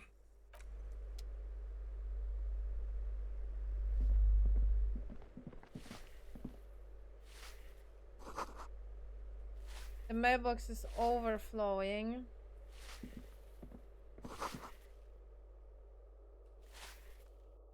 A freeing squad for the rich? Oh, what's here?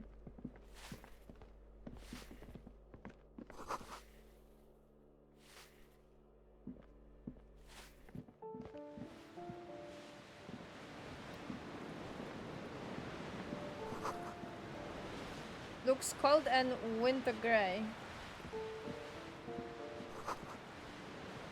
Someone has torn the wall? Oh, nice.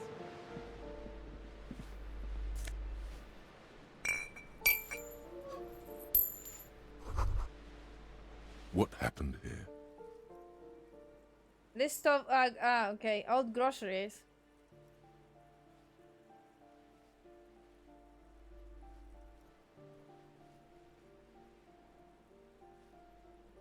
You can't foreclose on an apartment with a hole in the wall.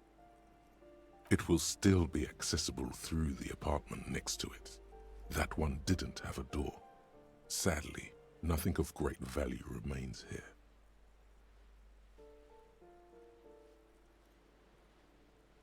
Except the stuff in the fridge. Indeed. Right, logic, what do you want?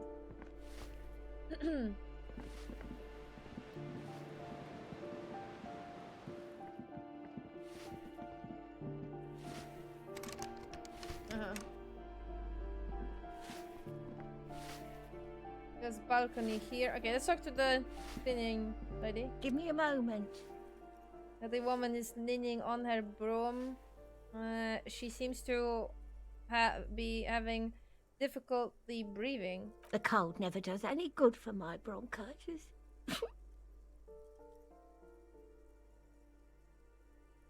This wouldn't take long. I only have a few questions. Go ahead then. What do you want to know, policeman? She's the cleaning lady. She knows the floor plan and the residence.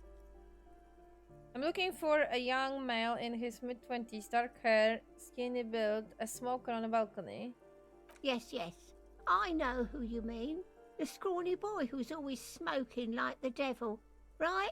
Somewhere in the building, a child starts crying.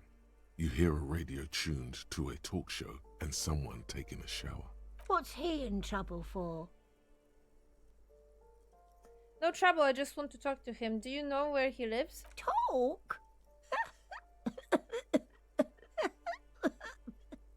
What was so funny about that? He lives upstairs in room 28. Go to the balcony.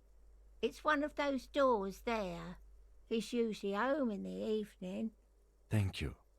We should go check out his apartment on the balcony. See if he's home. I have a few questions about the apartment. Ask away, policeman. Do you know who lives in the Four Coast apartment? The hell am I supposed to know? Another nut job, I assume. Why is there a hole in the wall in the abandoned apartment? Some lunatic lost his mind. All kinds of morons pass through these halls. With how small these rooms are, wouldn't you want to break the wall down? Is one of the residents on the vacation? The mailbox is overflowing. People come and go. I don't keep an eye on everyone. They probably just moved or died, hopefully somewhere else. Who lives in apartment 10? No one lives there. It's been empty for months. But I heard someone walking inside. Impossible. I would know if someone had moved in there. Maybe it's those countercultural people again, breaking into a house like it's a public space. You're a policeman. Be good and take a look, will you? Sure, I will go see what I can find. Great. Young people. They're worse than rats. You know, always littering the hallways with trinkets and empty beer cans. Lives behind the padlocked door. Oh, that one is a scientist, a future scholar. I think he studies astrology at the community college. Education's good. I always tell them to study. Astrology? Something to do with all those stars around his door. He asked me to leave his drawings up on the wall. Are you sure you don't mean astronomy? That's what I said. Astrology. The lieutenant shakes his head, as though to say, let it go. Come on, people. Try to keep up any standards here. It's not about stars. It's... forget it. She mumbles some kind of a response, then hacks something into her handkerchief. Who are you? I'm no one. Just an old woman who cleans these hallways. You live here? If you can call it living. I have a little room upstairs right next to the coal room. It's barely bigger than a closet. But I don't complain, no. I have my bed and my aching bones to keep me company. And that's all I need from this world. She hasn't spoken to anyone for a while. Even her sentences feel rusty. Thanks, I'm off. Okay. So which one was it? 10? Is it the one with the rusty chain thing?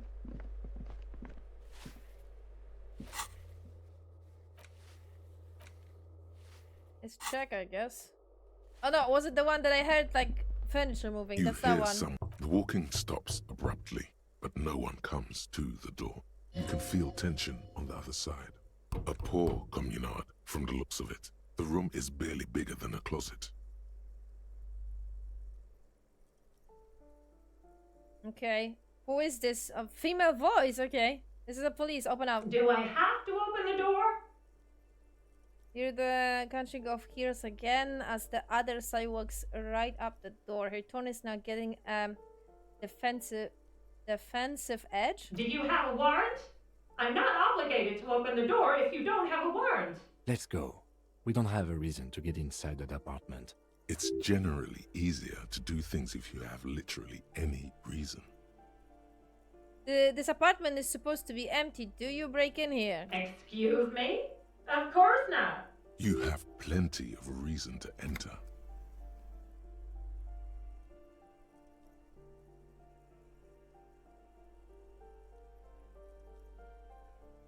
I don't need a warrant if I suspect there has been a break-in. Oh, come on. Well, that was easy. That was smart. Thank you. The lieutenant says, nodding towards the unlocked door.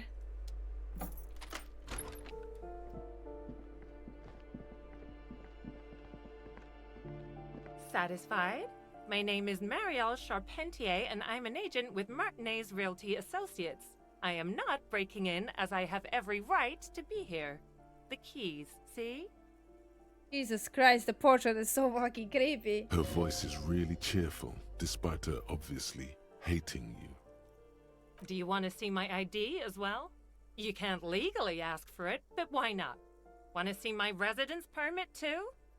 Inspect the passport. It feels flimsy in hand, with the words Revachol Zone of Control written under a nondescript municipal logo. There's a picture of her with shorter hair inside, along with all her personal details. Nice haircut. Thank you.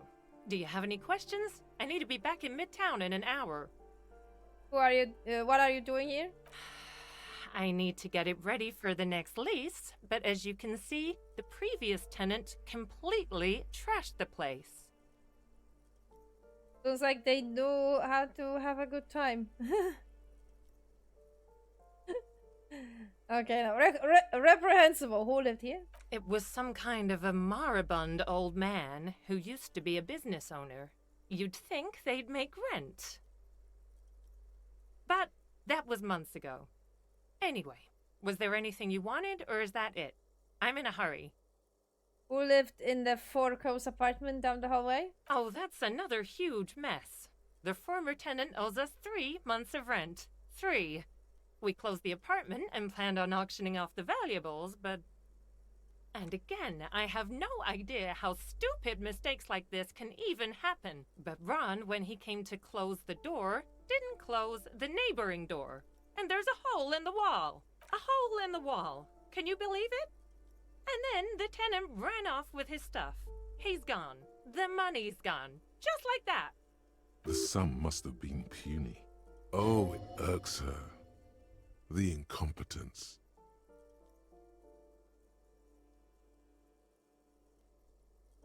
My money has also disappeared, I think. Well, it does not disappear from my hands. No, I don't let it. So, wait, what happened with the wall? Don't ask me what happened with the wall. I have no idea how we're going to find the time or resources to fix it. Both apartments are now unrentable. Both. Of course. She replies with a smile, but her eyes remain glazed over. She's been waiting for you to leave. Looks like a fine mattress. Metal canvas of boxes. You should take it! Okay. Black monk straps? What? Indirect modes of taxation? What? What is that? What is that statistic?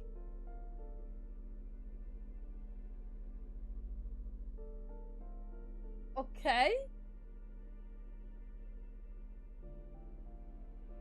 Confused, but intrigued.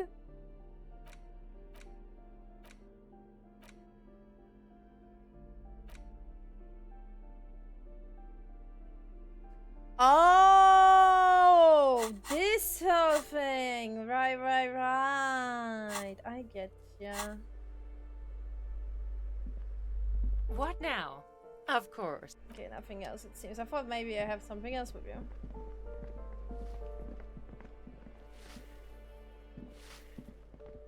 Give me a moment. I didn't find any construction people in apartment 10. It was just a real estate agent setting up the room for the new tenants. I see. I hope some good people are finally going to move in. This place needs them.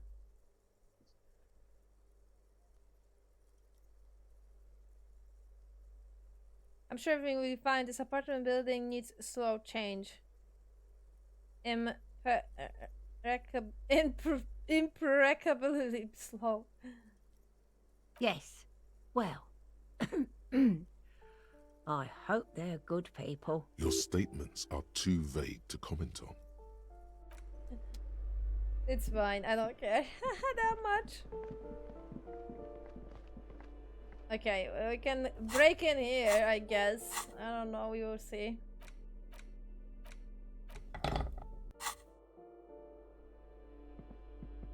This door has been closed with a padlock.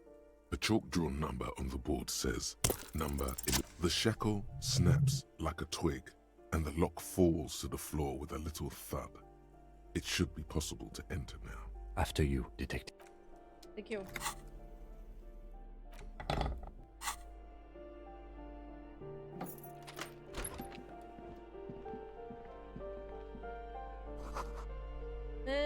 Poster of a white star, real lithography? Photos of a revolutionist posting with guns. Oh, nice. Critical theory of the capital and such.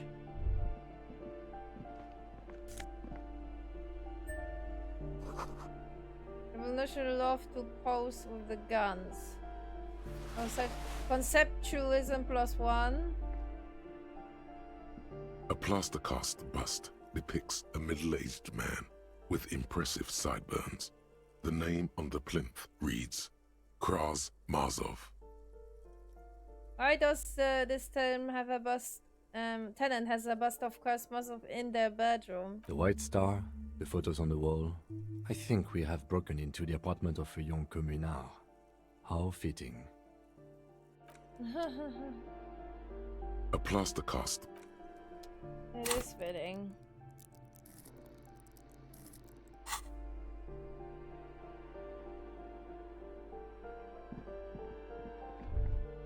That isn't just a five-pointed star.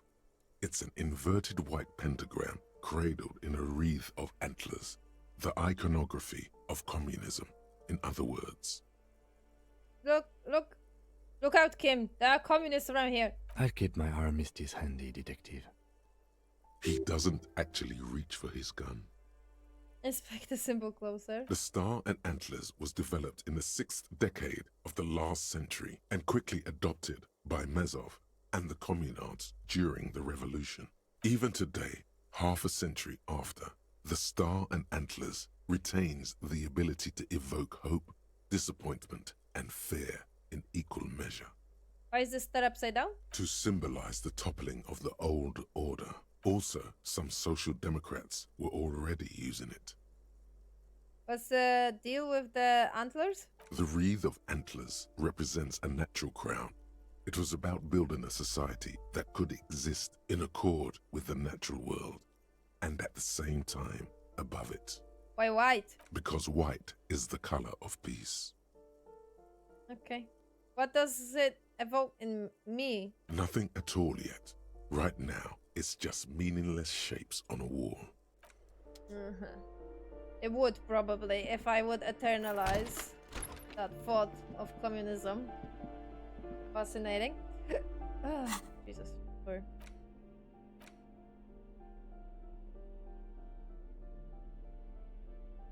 Conceptualize on +1. I could have.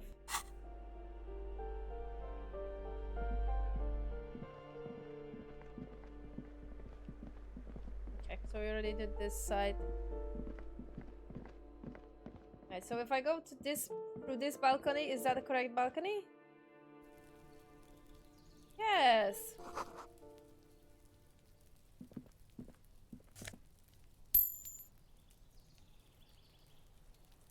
I was safe. That was a quick save, I think, but just to be sure.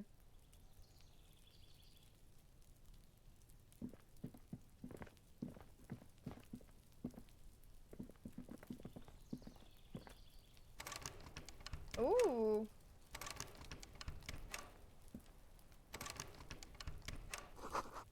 Just a door, nothing for you here right now. Right now!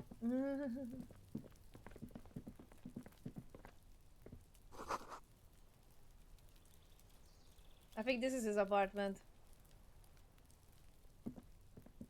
This door is made of metal and appears to be reinforced. Someone here really values their security. Number 28. This is where the cleaning lady said the smoker on the balcony lives. Let's see if anyone's home. Knock on the door. No one answers. Looks like the young man we are looking for isn't home. I think our best chance to catch him is in the evening. Ah. We should return tomorrow after we have finished with our day's work. How about 9 p.m.? Sound good? That's good. Tomorrow, 9 p.m., right here. Apartment number 28. Good, let's go. Damn. Turns out it's quite tricky finding someone in a big apartment building. Don't worry. You'll get him. Remember, tomorrow. He's probably gone for today.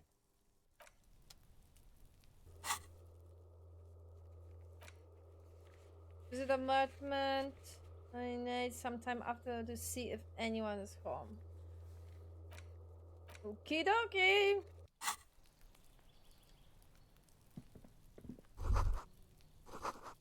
Complete silence. Okay, so home. Voices from Vin singing along to some dance track. Cute. And I can't reach here. Right. No! Okay. I thought the circle is permanently again. Alright, let's explore the rest of the building in that case.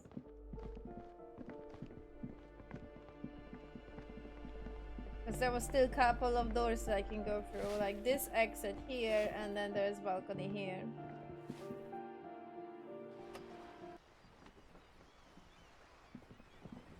Oh, I think I am. Ruination has come.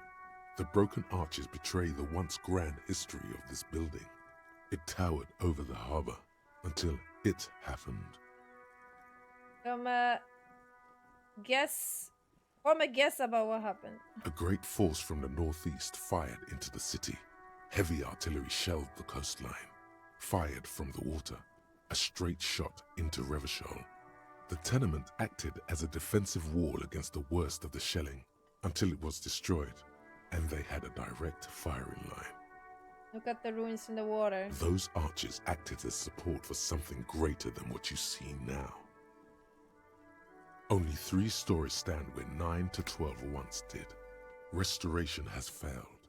What the shelling took out was never rebuilt. Like in the ocean. The waves of the Martinez Inlet roll over the fallen remains of the building. The dark waters obscure the better part of the remains. What didn't fall into the ocean was used as scrap. What wasn't used as scrap was thrown into the ocean. Who did this damage? A fleet, the combined armies of Occident and Grad, with Mesk volunteers, a 5-nation army, hundreds of vessels. They massed airships further down in the Bay of Revachol. The artillery was so powerful. The ships not only required gyroscopic stabilization, they were anchored into the ocean floor as well. Many are still there to this day. If you squint, you can just barely see the shadow on the water, far in the northeast. Cannons still ready to placate Revachol.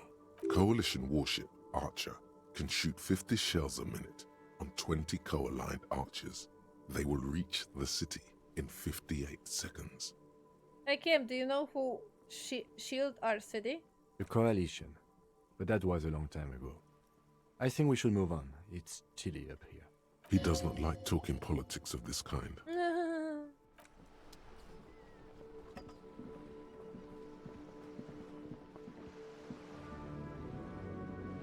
Oh. Oh, I see a bottle! Give me that, that's mine.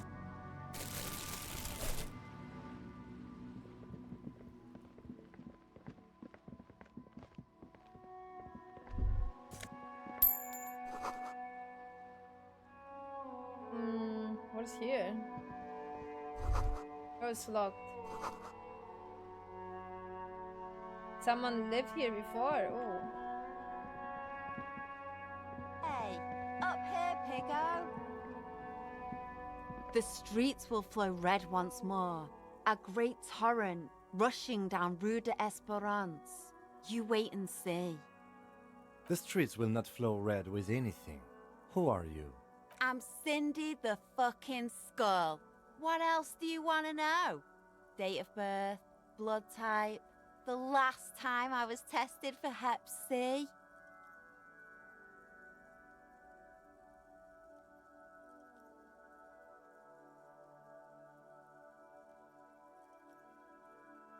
Just answer some questions, okay?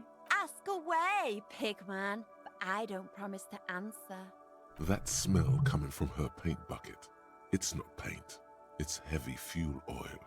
Red-dyed heavy fuel oil is only used in government vehicles, or at least that's the idea.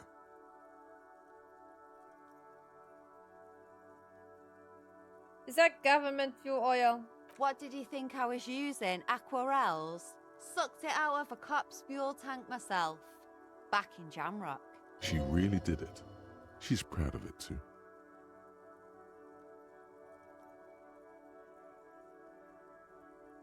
Fumes are bad for you, okay?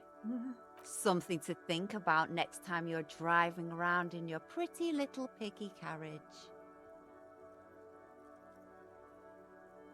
What are you doing to the wall? Can't you tell?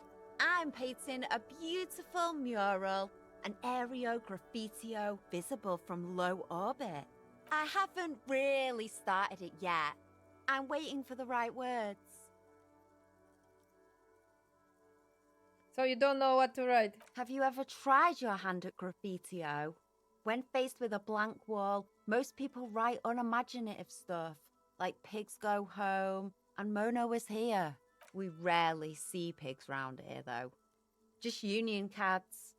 And my name's not Mona, so... She wants it to be something true and total. Are you so committed to defacing the building? This place is severely lacking in havoc. Not even the occasional trash can fire to break up the tedium. I thought I'd mix it up, you know, summon the forces of crime and social chaos with a wall-sized invitation. I have an opinion, just want to hear it? Yeah?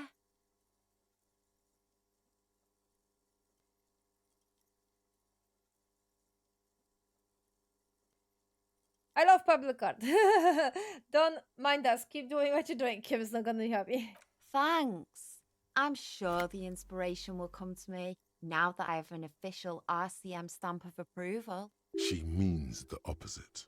You've lessened her desire to deface the building. You keep looking off the side. What are you looking at? The lieutenant is desperately searching for another handkerchief. Hatred, disgust, it's difficult to tell which of the two is more present in her girlish features. The woman on the boat does not notice her staring. That Ozon her. Someone's got to keep an eye on her. Ozon is an archipelago 2 days' travel away from Rivershore. Its moneyed residents, used to posh restaurants and upscale boutiques, rarely have reason to visit Martinez. You mean Joyce? On a first-name basis with her, are we? Piggy's moving up in the world. Why all the negativity? Have you got a crush on her? Aching for an opportunity to defend her honor. Do you know anything about the recent murder? I ain't no snitch, Pigstein. Go forth and forage in someone else's shit. No shortage of squealers in these parts. Actually, there is a shortage of people who talk to us in a normal, calm, informative manner. We weren't put on this earth to make your life pleasant, fucko. They wouldn't talk about the murder, but maybe you can tell us something about the murder's victim missing armor. What do I care about some fucking tin eggshells? Isn't armor art for the body? Ugh, alright, sad piggy. I'll give you this one. I saw a little girl in the fishing village running around with military-grade handwear. Look cute as hell. If you haven't been there, the village is a shithole down the coast from the main plaza. Have a good time. Where is the village? Oh god, I have no clue how to get there. There's a little girl wearing the gloves there. No. That's all the snitching Cindy the Skull does for today. Actually, I don't even know why I told you what I just told you. I have a weakness for animals. It's the animal thing again. Damn it. Or a weakness for police officers, miss. Thank you either way. Catch you later, Cindy. Watch your back, Ungulate. You've got eyes on you.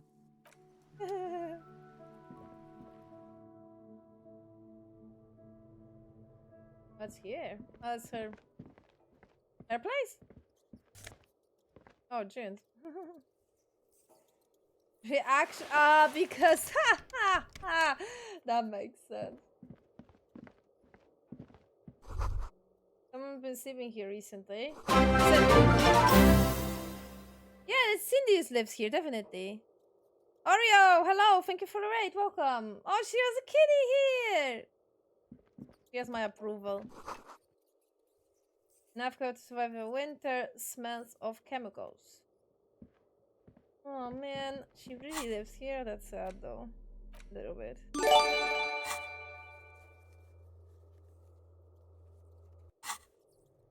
Mochi, thank you for the follow. Welcome. How was your stream, Oreo? How was your stream? Okay, I think that's it here. Nothing too revolutionary. There is like some kind of a closed stash there, but I can't do anything about it.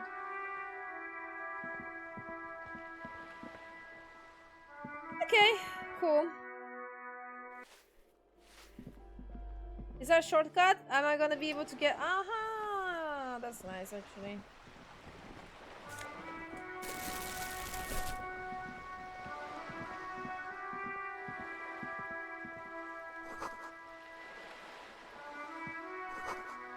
I'm gonna save, just in case. Can I resave, actually? Because I feel... Oh no, that's close. Sadness.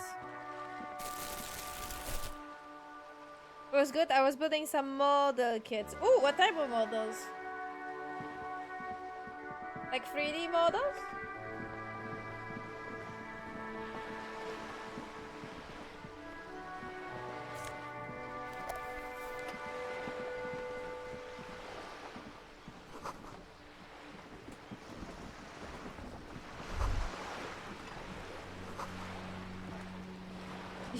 It's worth more than you ever in your life. Wow, that's sad. You think? Usually the game lets me know if I should use a tool. Oh! Well, good job, Nick. In that case, I wouldn't even consider. In that case,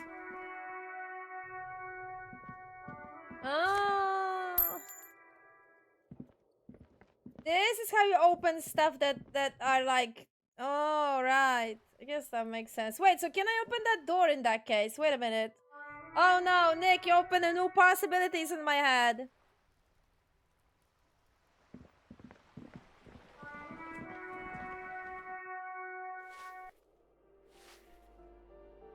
The Transformers model kits. Oh, nice. That's nice. Can you build it? Is that how it works?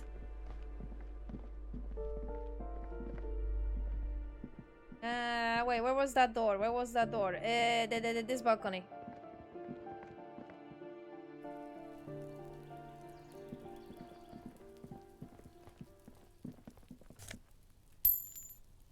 How about this?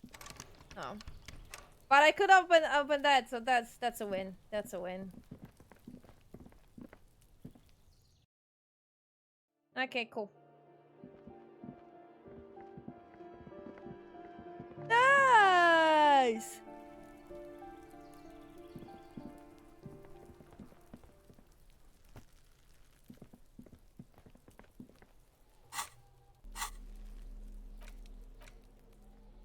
Suggestion, but no, god damn it.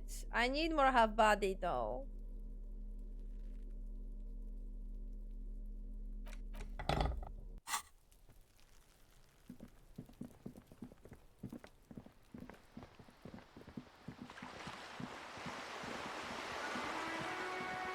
I think I explored that whole side, I think, but not 100% sure.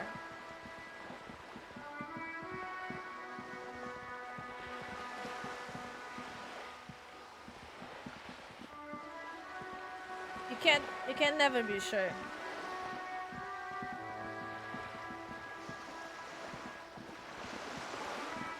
I mean, oh wait a minute, I should probably use all the dialogues with Joyce, like do everything that I can. At least I can try.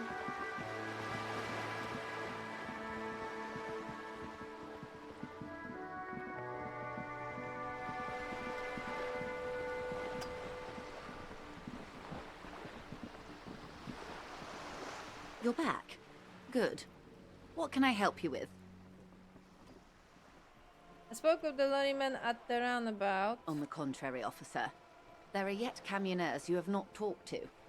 And don't look so surprised. In a time like this, it would be strange if Wild Pines didn't have eyes on the harbour. They must have someone in an overlook position, near the gates. I suggest you go back and canvass for more suspects. You're on the boat. Why, yes I am. A lot of people are people on the boat, are they? Of course there are.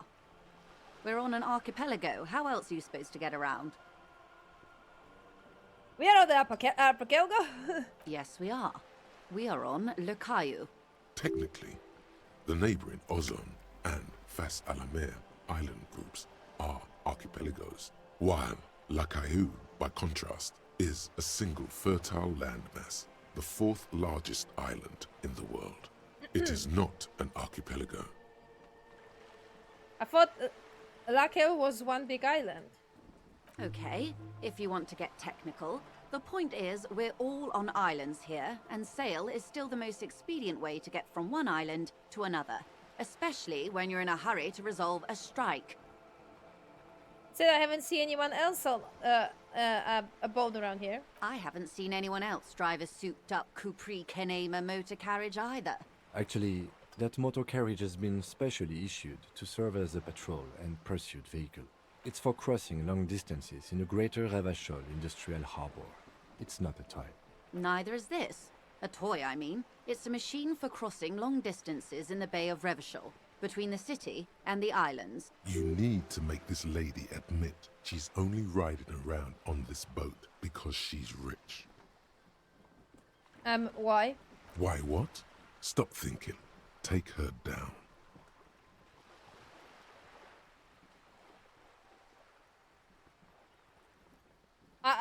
It will come off like I am envious. I'm not. You're not?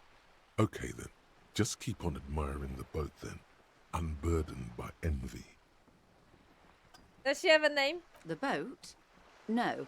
It is called Cordelati 19 because that's the type of sloop it is. The word "it" feels strange. Such a beautiful boat deserves a proper name.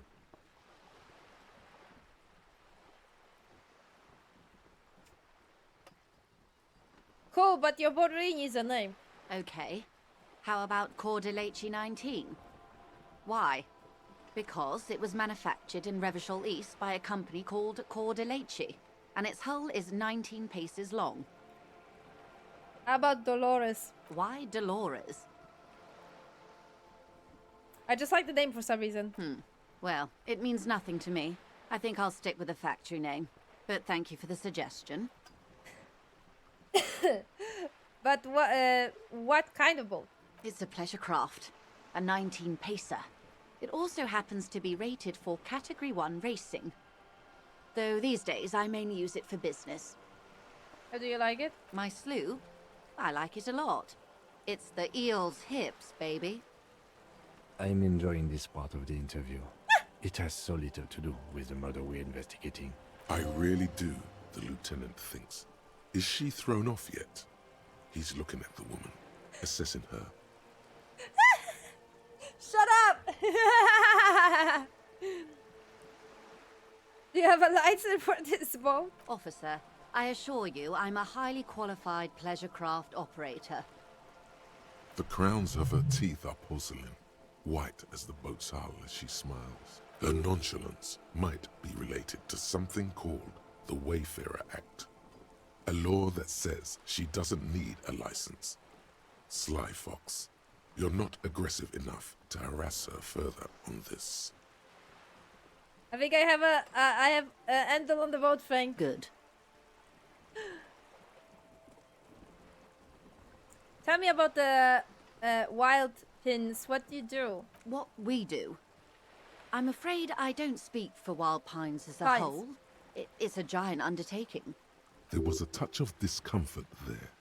She wants to merely represent. So what do they do? The Pines' core competency is logistics. Container shipping, freight, that sort of thing.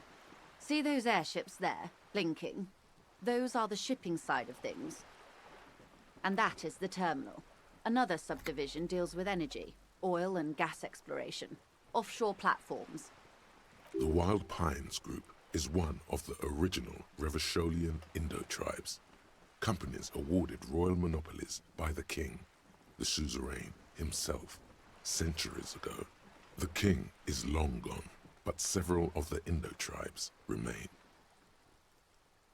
Who are the other in... What? Indo-tribes. Indo-tribes, okay. Son Baptiste, Elysium, an unknown entity known as Brightest Star. You're in a good company, it seems. Why, thank you. How much money does Wild Pines have? I'm not at liberty to discuss the company balance sheet, but I can tell you that last year, the company booked more than 20 billion real in revenue. Wow. 20 billion is a large number, but the conglomerate employs 72,000 people. They all need to be paid. Then there are capital improvements, interest payments. A conglomerate the size of the Wild Pines is like a shark. If it stops moving, it will die. Then what becomes of those 72,000 families? It's a tremendous responsibility. Well, those Wild Pines get all those billions? They started as an exploration and cargo fleet conducting trade between the Samaran and Insulindian Isolas 250 years ago, when pine ships explored the South Seminese and charted Lomantang on behalf of the suzerain. Centuries of care, deliberation, and madness have gone into this endeavor. Vessels pass through the great unrest to re-emerge with apricots in tow. The logic of the system is totalizing. It's taken everything from its employees to build it. But does such a huge system want with a place like this? You mean aside from being the terminal's legal owners, who are responsible for moving 8% of the world's cargo?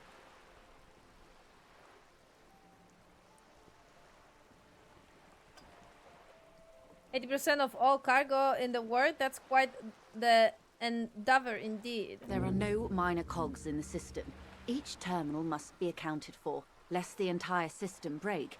Every hiccup in such a system means thousands lose their jobs, the world over. I'm here to assure that doesn't happen. With your help, hopefully, says her warm tone. Can you tell me about the strike? Everything. Right up to, but not including, trade secrets. Wait, what if I want to hear about trade secrets? First, you'd have to repeal the Emergencies Act of Trade in Aliments. That gives me the right to silence. It's quite the octopus. An octopus, I will slay it. Good luck is only kept in place by the vested interests of half the civilized world, including your own.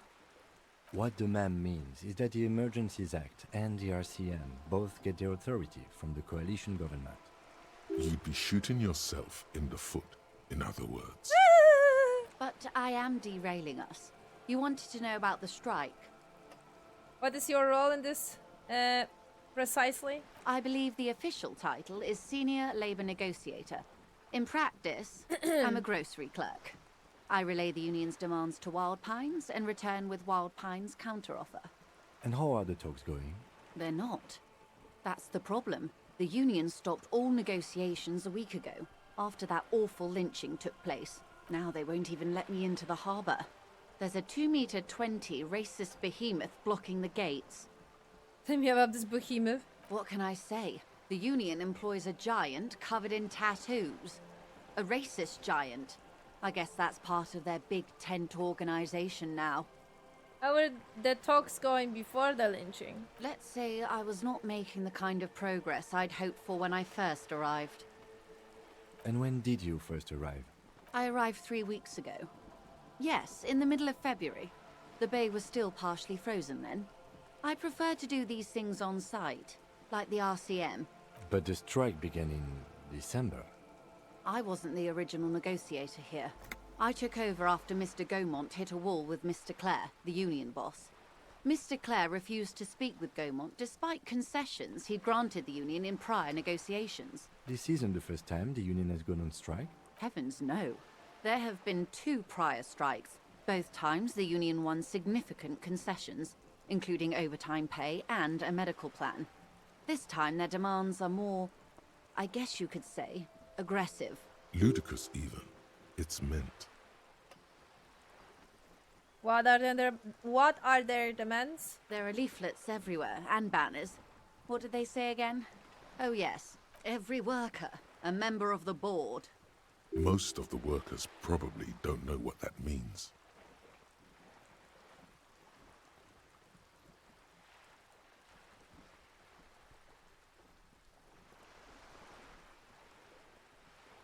I don't know what to think about that. Fortunately, they explained it.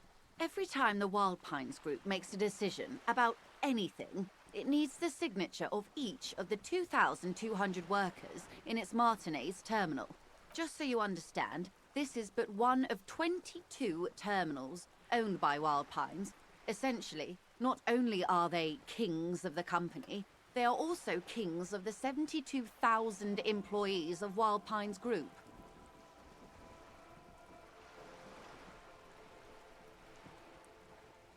It's pretty funny, I have to admit. They're having a blast. But how can they afford it? After 4 months, my assumption was they would prefer a more practical solution. What are you going to do? I'm not sure. Naturally, I assume that was just their opening position, a hard-nosed tactic with a side of mockery. But there's been no follow-up, just the same nonsensical slogan repeated over and over again. And now, people are getting lynched, I hear. Behind the whirling in rags. A disastrous situation if there ever was one. Excuse me, from whom did you hear about this lynching? I first heard it from the boyer at the gates. The one whose very name advertises his aversion to work. I think he said it was, "Call me mañana." This checks out. What happened to this, woman? Mr. Clare told him to... How did he put it? Fuck off, midget. Gaumont is short of stature, you see. Cool. Yes. Extremely. Keep in mind, this is a negotiator Mr. Clare has worked with before, and who was more than fair with him and the union. Sounds like usual aggressive posturing. The scabs at the gate, did you put them there? The scabs? You mean the huddled masses of Jamrock, come to plead for work where the union refuses to? If they were organized by Wild Pines or its affiliates, then it would be a company secret. I could not share it with you. Not right now, at least. It's implied. She's open to discussing this matter with you at a later occasion. Sure. Tell me about this union boss, Mr. Clary? Everard Clare is a man of the utmost integrity. If you can say one thing about him, it's that he always puts the interests of the workers first. Sorry. Really? Of course not. Everard is fantastically corrupt. I imagine he has a thick, viscous goo where you and I have blood. Sorry, I thought you were serious. I thought, Jesus Christ.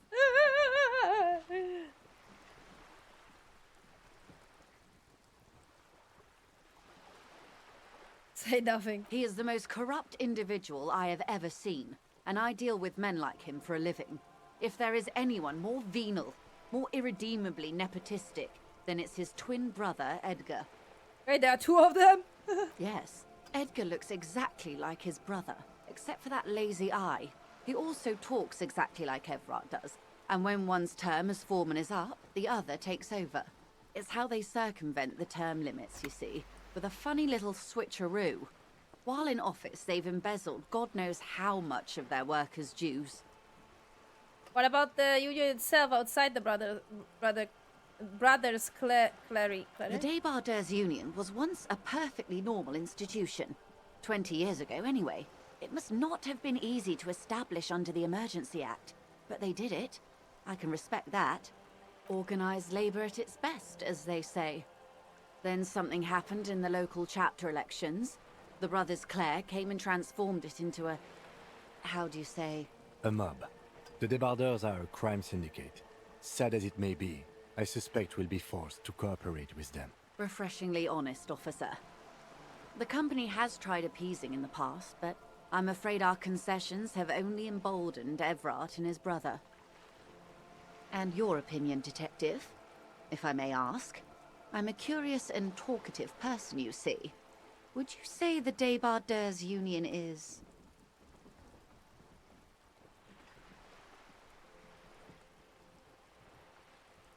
socialist mob?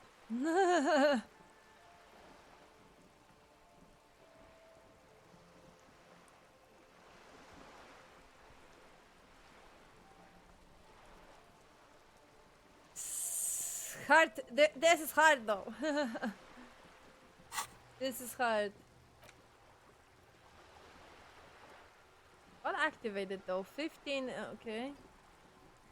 Ah, white pines. Okay.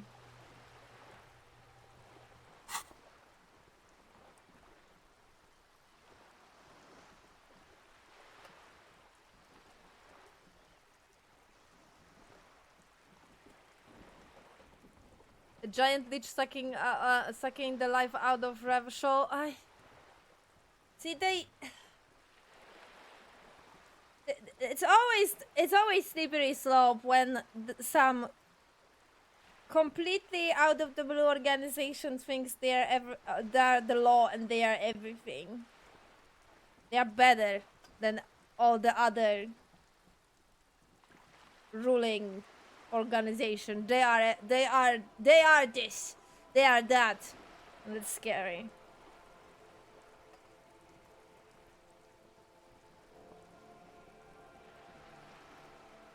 That's how mafia works.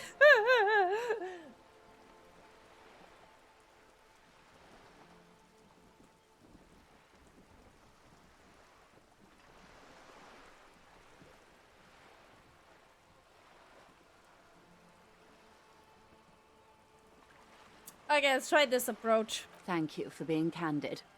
Sadly, Wild Pines have cooperated with what amounts to a crime syndicate for 2 decades. However much you feed the wolf always hungers.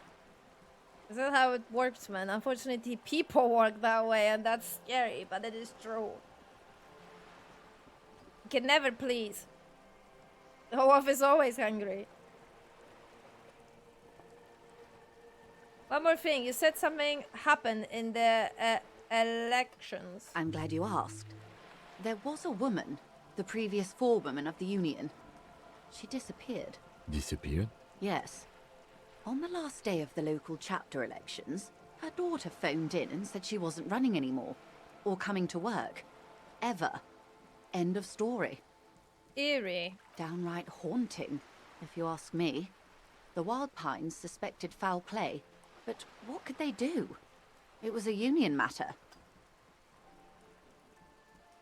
The point of the presentation is, these kinds of things happen around the Clares. Watch out when you're dealing with him. Thank you for your concern, ma'am. We'll be just fine. Of course. How else can I help? You seem smart. I need someone to give me a lowdown on this reality we're in. This reality? Yes, reality is your side case.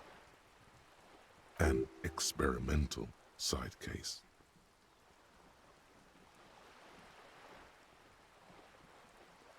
It's related to that medical episode. I have trouble remembering even the most basic terms of reality. Ah, yes.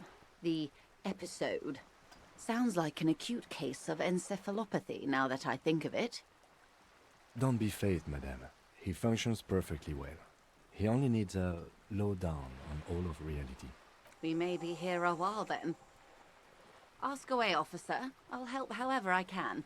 All right, we're in. I know these all look good, but begin with the first, okay? Yes. Where are we? We're in Martinez, baby. Baby! A casual term of endearment popular among the 50-plus crowd. It's a disco holdover, pay it no heed. I am a disco only myself. Aren't we all? She refers to your corresponding ages. And what is Martinez? Martinez is a district of Revachol. A very small district tucked away near the industrial harbour, north of the 881 and Jamrock. And an opinion on Joyce being the characteristic of the sick bitch who is completely fine with exploiting workers as much as she can. And honestly, I don't understand. I can't understand that opinion on her. She honestly trying her best to be reasonable in the situation, and she clearly cares about the working too, even if they are bound to an opposite side by the nature of their jobs. So, as I said, it's a very slippery slope, you know, side of like this whole conflict in general. Like in any anything related to a living situation of anyone, it's a freaking slippery slope, man. Because people have a tendency to be selfish. That's what it is, and it's a normal thing. It's a survival instinct. It usually works that way, but you don't put into the consideration of all the other pieces that are related to it, which again, I understand both sides. I can put myself into the shoes of a basic worker, because technically I am, and at the same time I can put myself in the perspective of someone above me, like a manager or a boss. And the thing is, if I understand the decision of the manager, at the same time I can still feel bitter about the decision. If that makes any sense? Like, personally, that decision is something that could basically change my entire life, what they did. But at the same time, I understand why they make that decision, right? So it's difficult. And I see this whole thing as similar, right? As a similar type of conflict here. Like, okay, yes, Union has a point, technically. They just want a secure life, I guess. But at the same time, what do you expect, technically? What do you expect for that hand that is feeding you? Because from like the whole like structure of the society and this conglomerate that is giving you job, that whole thing, that decision that you want them to make, materialistically and financially doesn't make sense. So yes, I get that you want a better life. I want that too, but at the same time, from their perspective, it's not worth it to do that, because they are gonna lose. And again, as I mentioned, we are selfish, and the fucking CEO is gonna look for their profit the most, and unfortunately those small mini workers are gonna look for their profits the most. It's the most important thing. So, you know, life is complicated, everything is very complicated. End of the stat talk. You would be excused for not knowing about it. Unimportant, they say. Forgotten, even. Shelled to smithereens during the Revolution. It has its charms, just not this time of year. Thank you for the hug, Oreo. Really appreciate it. Tell me more about the Martinez. I'm not a good ambassador. I've only been here once before, as a teenager. Not a lot has changed. There are ruins, a terminal, fishing boats, reeds, boys with boxy shoulders. This place used to be a province, a workers' resort before the city swallowed it and the artillery did its work. The reeds are the real star of the show here now. The further down the coast, the wilder it gets. Okay, that's Martinez. What's Ravol? That's not Ravachol. How they spell Ravachol? Revachol? Oh, that's how they spell Ravachol? Revachol is what you call a city. What kind of city is Ravachol? The great kind. As if it's self-explanatory, beyond patriotism, a fact. What makes Ravachol great? History, detective. They built this city to resolve history. Our part in it, at least. Our centuries. Who built this city? The nations of the Occident, or migrant workers from Semenine and Ile Marat, depending on your creed. When was Ravachol built? In the DeLorean century. 380 years ago. And why would resolve history? They say it's where the terrible questions of our time will be answered. The tensions are highest, the fault lines deepest. By that I mean conflicts. Ideological conflicts. The stuff of men. Why here? We are standing on a fertile, self-sufficient island able to sustain up to 200 million people in the middle of the Insulindic Ocean, the world's connective tissue. It's where the money is. We are pretty much at the center of the world? Oh, we're quite a way off. About 22 kilometers from the center of the world. That soldering iron is the Bank of the World building. The bottom floors are Insiacom. Coalition government, Insulindian Mission Command. Silence. She lowers her hand. The water, the light. It's as though you're seeing it for the first time. There is no recognition. Only the immensity of the sea and the cold radiating from it. She observes your eyes scanning the horizon. Oh. Then breaks the silence, slowly. This is one thought you need to complete.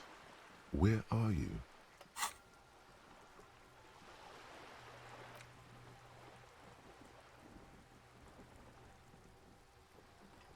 What's that fault?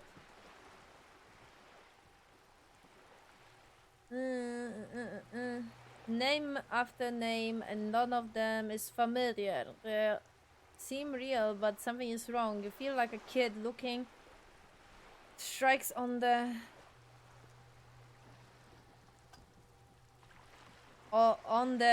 fridge. And the African company word games. You can almost see your hand reaching out for them, catching at the corners, see if they fell loose. This feels like the most important of all the thoughts, the one you truly must complete. Oh.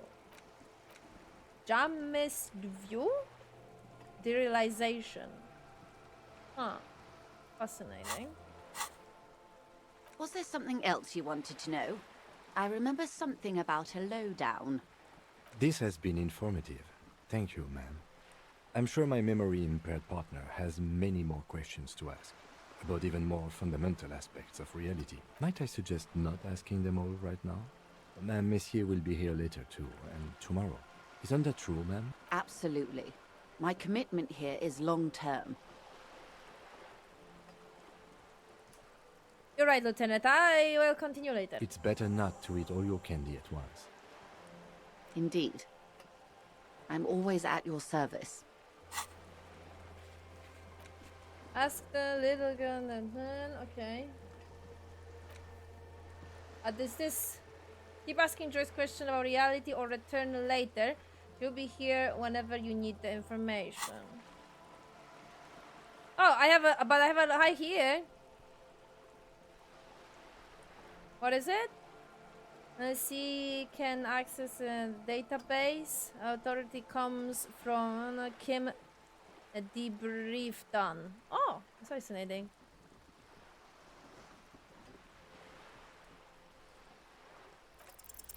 6 kilometers southwest in the Valley of Dogs, Junior Officer Chad Tilbrook takes aim at a rabid black dog licking its wounds in the grass. That's what I thought actually, Grave. I was like, what? Was it like a deja vu? I was like, what the hell?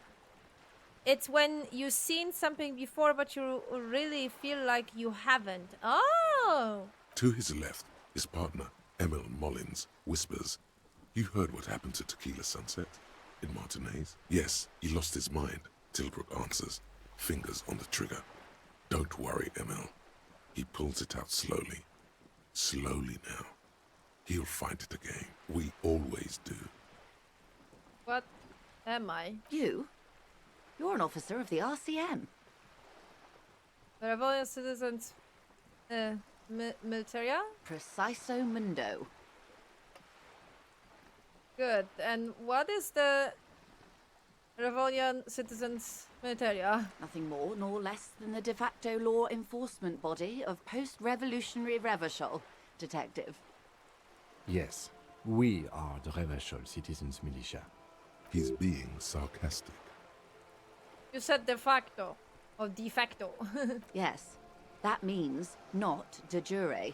The RCM acts in what is poetically called the twilight of international law, both at the behest of the coalition government and to its chagrin. What do you mean? The RCM's responsibilities are defined by the Emergency, Wayfarer and Aliments Acts, 3 pieces of legislation keeping the city in a, let's be honest, laissez-faire stasis to the benefit of foreign capital. Wait, I actually leveled up and I didn't realize. Oh my god. Okay, I'm gonna level up the half-light.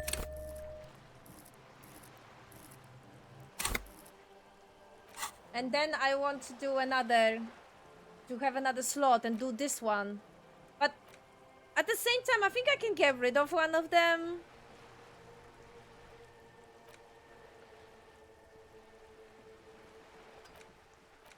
I'm actually not sure. No, I don't want to get rid of that one because that one actually...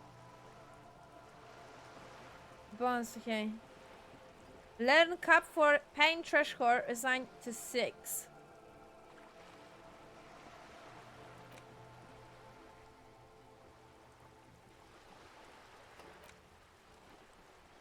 You'll see. All 3 are good to know when we are out policing.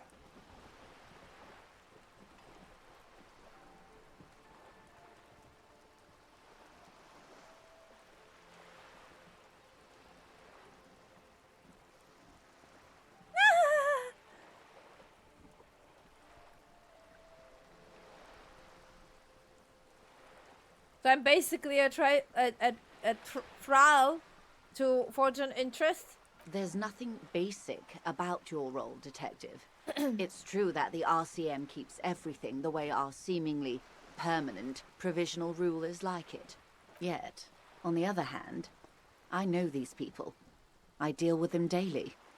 Let me tell you, dear, they are not fans of you. Why? The post-revolutionary decade was a disaster for the coalition government. Revachol in the 20s was hell, especially on the west side of the river.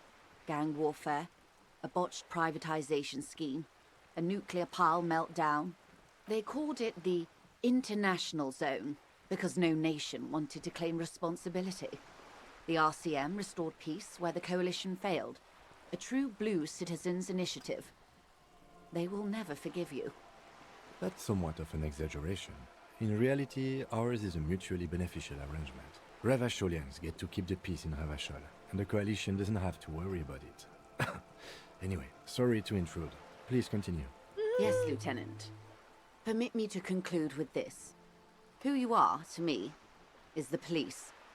The only legitimate law enforcement authority in Revachol. Thank you, ma'am. And if those authorities drink so hard they need help recalling the basic terms of reality, well, I'm here to help. Oh, ho, ho. Oh my god, very low. Ah, nice.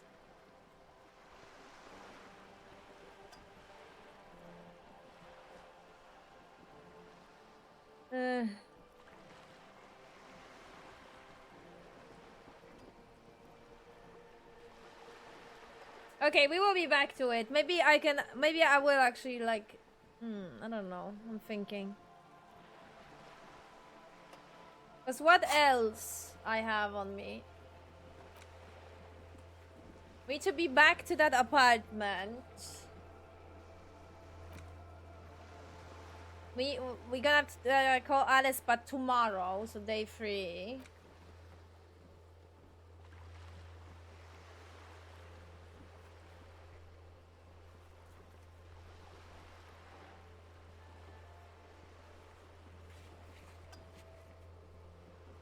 That we need some time. We're gonna look for that armor, but that's again in that other place. I don't know. I think, isn't there? We're gonna have to get a boat or something. Do I remember correctly? So that's like later.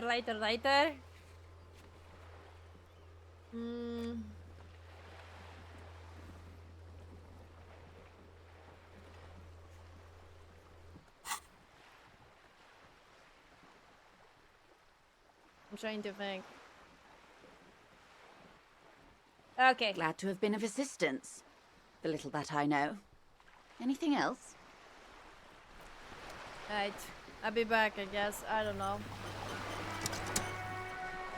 Maybe I need to eternalize that thought.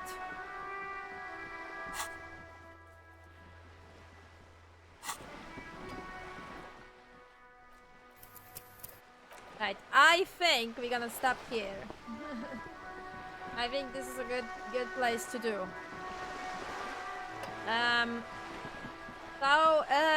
Yeah. I am getting a little bit overwhelmed. Because there's so many fucking quests and my head is banging. But maybe I will not get confused and overwhelmed by the amount of things that I can do and I can't do. Because there's a lot of things that I have on my task, but at the same time, I can't do them. I need to wait. So they are still in my notebook, but yeah, at the same time, you can't do shit. They are just there. There's a lot of information dumping going on. Yeah. I think, I mean, I could leave it for later, because yeah, there is a lot of like universe context here. So maybe later on we will be back to Joyce and talk to her again. But I think on the next stream from Disco Elysium, which is gonna happen on Saturday, I think I will try to maybe get that information about that drug business thing. And then I'm actually not sure what then. Maybe I would try to get to Everett somehow. Maybe. Because technically I could try to do that stupid jump. I could. Because I'm definitely not trying to defeat the bodyguard guy. Not happening. Definitely not happening. So I don't know. I will browse through all my quests. And maybe something will come up. But definitely I want to do that whole drag thing. I don't know, maybe. No, definitely I want to do it, but how to move the main quest, I don't know. I will still experiment and test and see. Anyway, that is all, folks.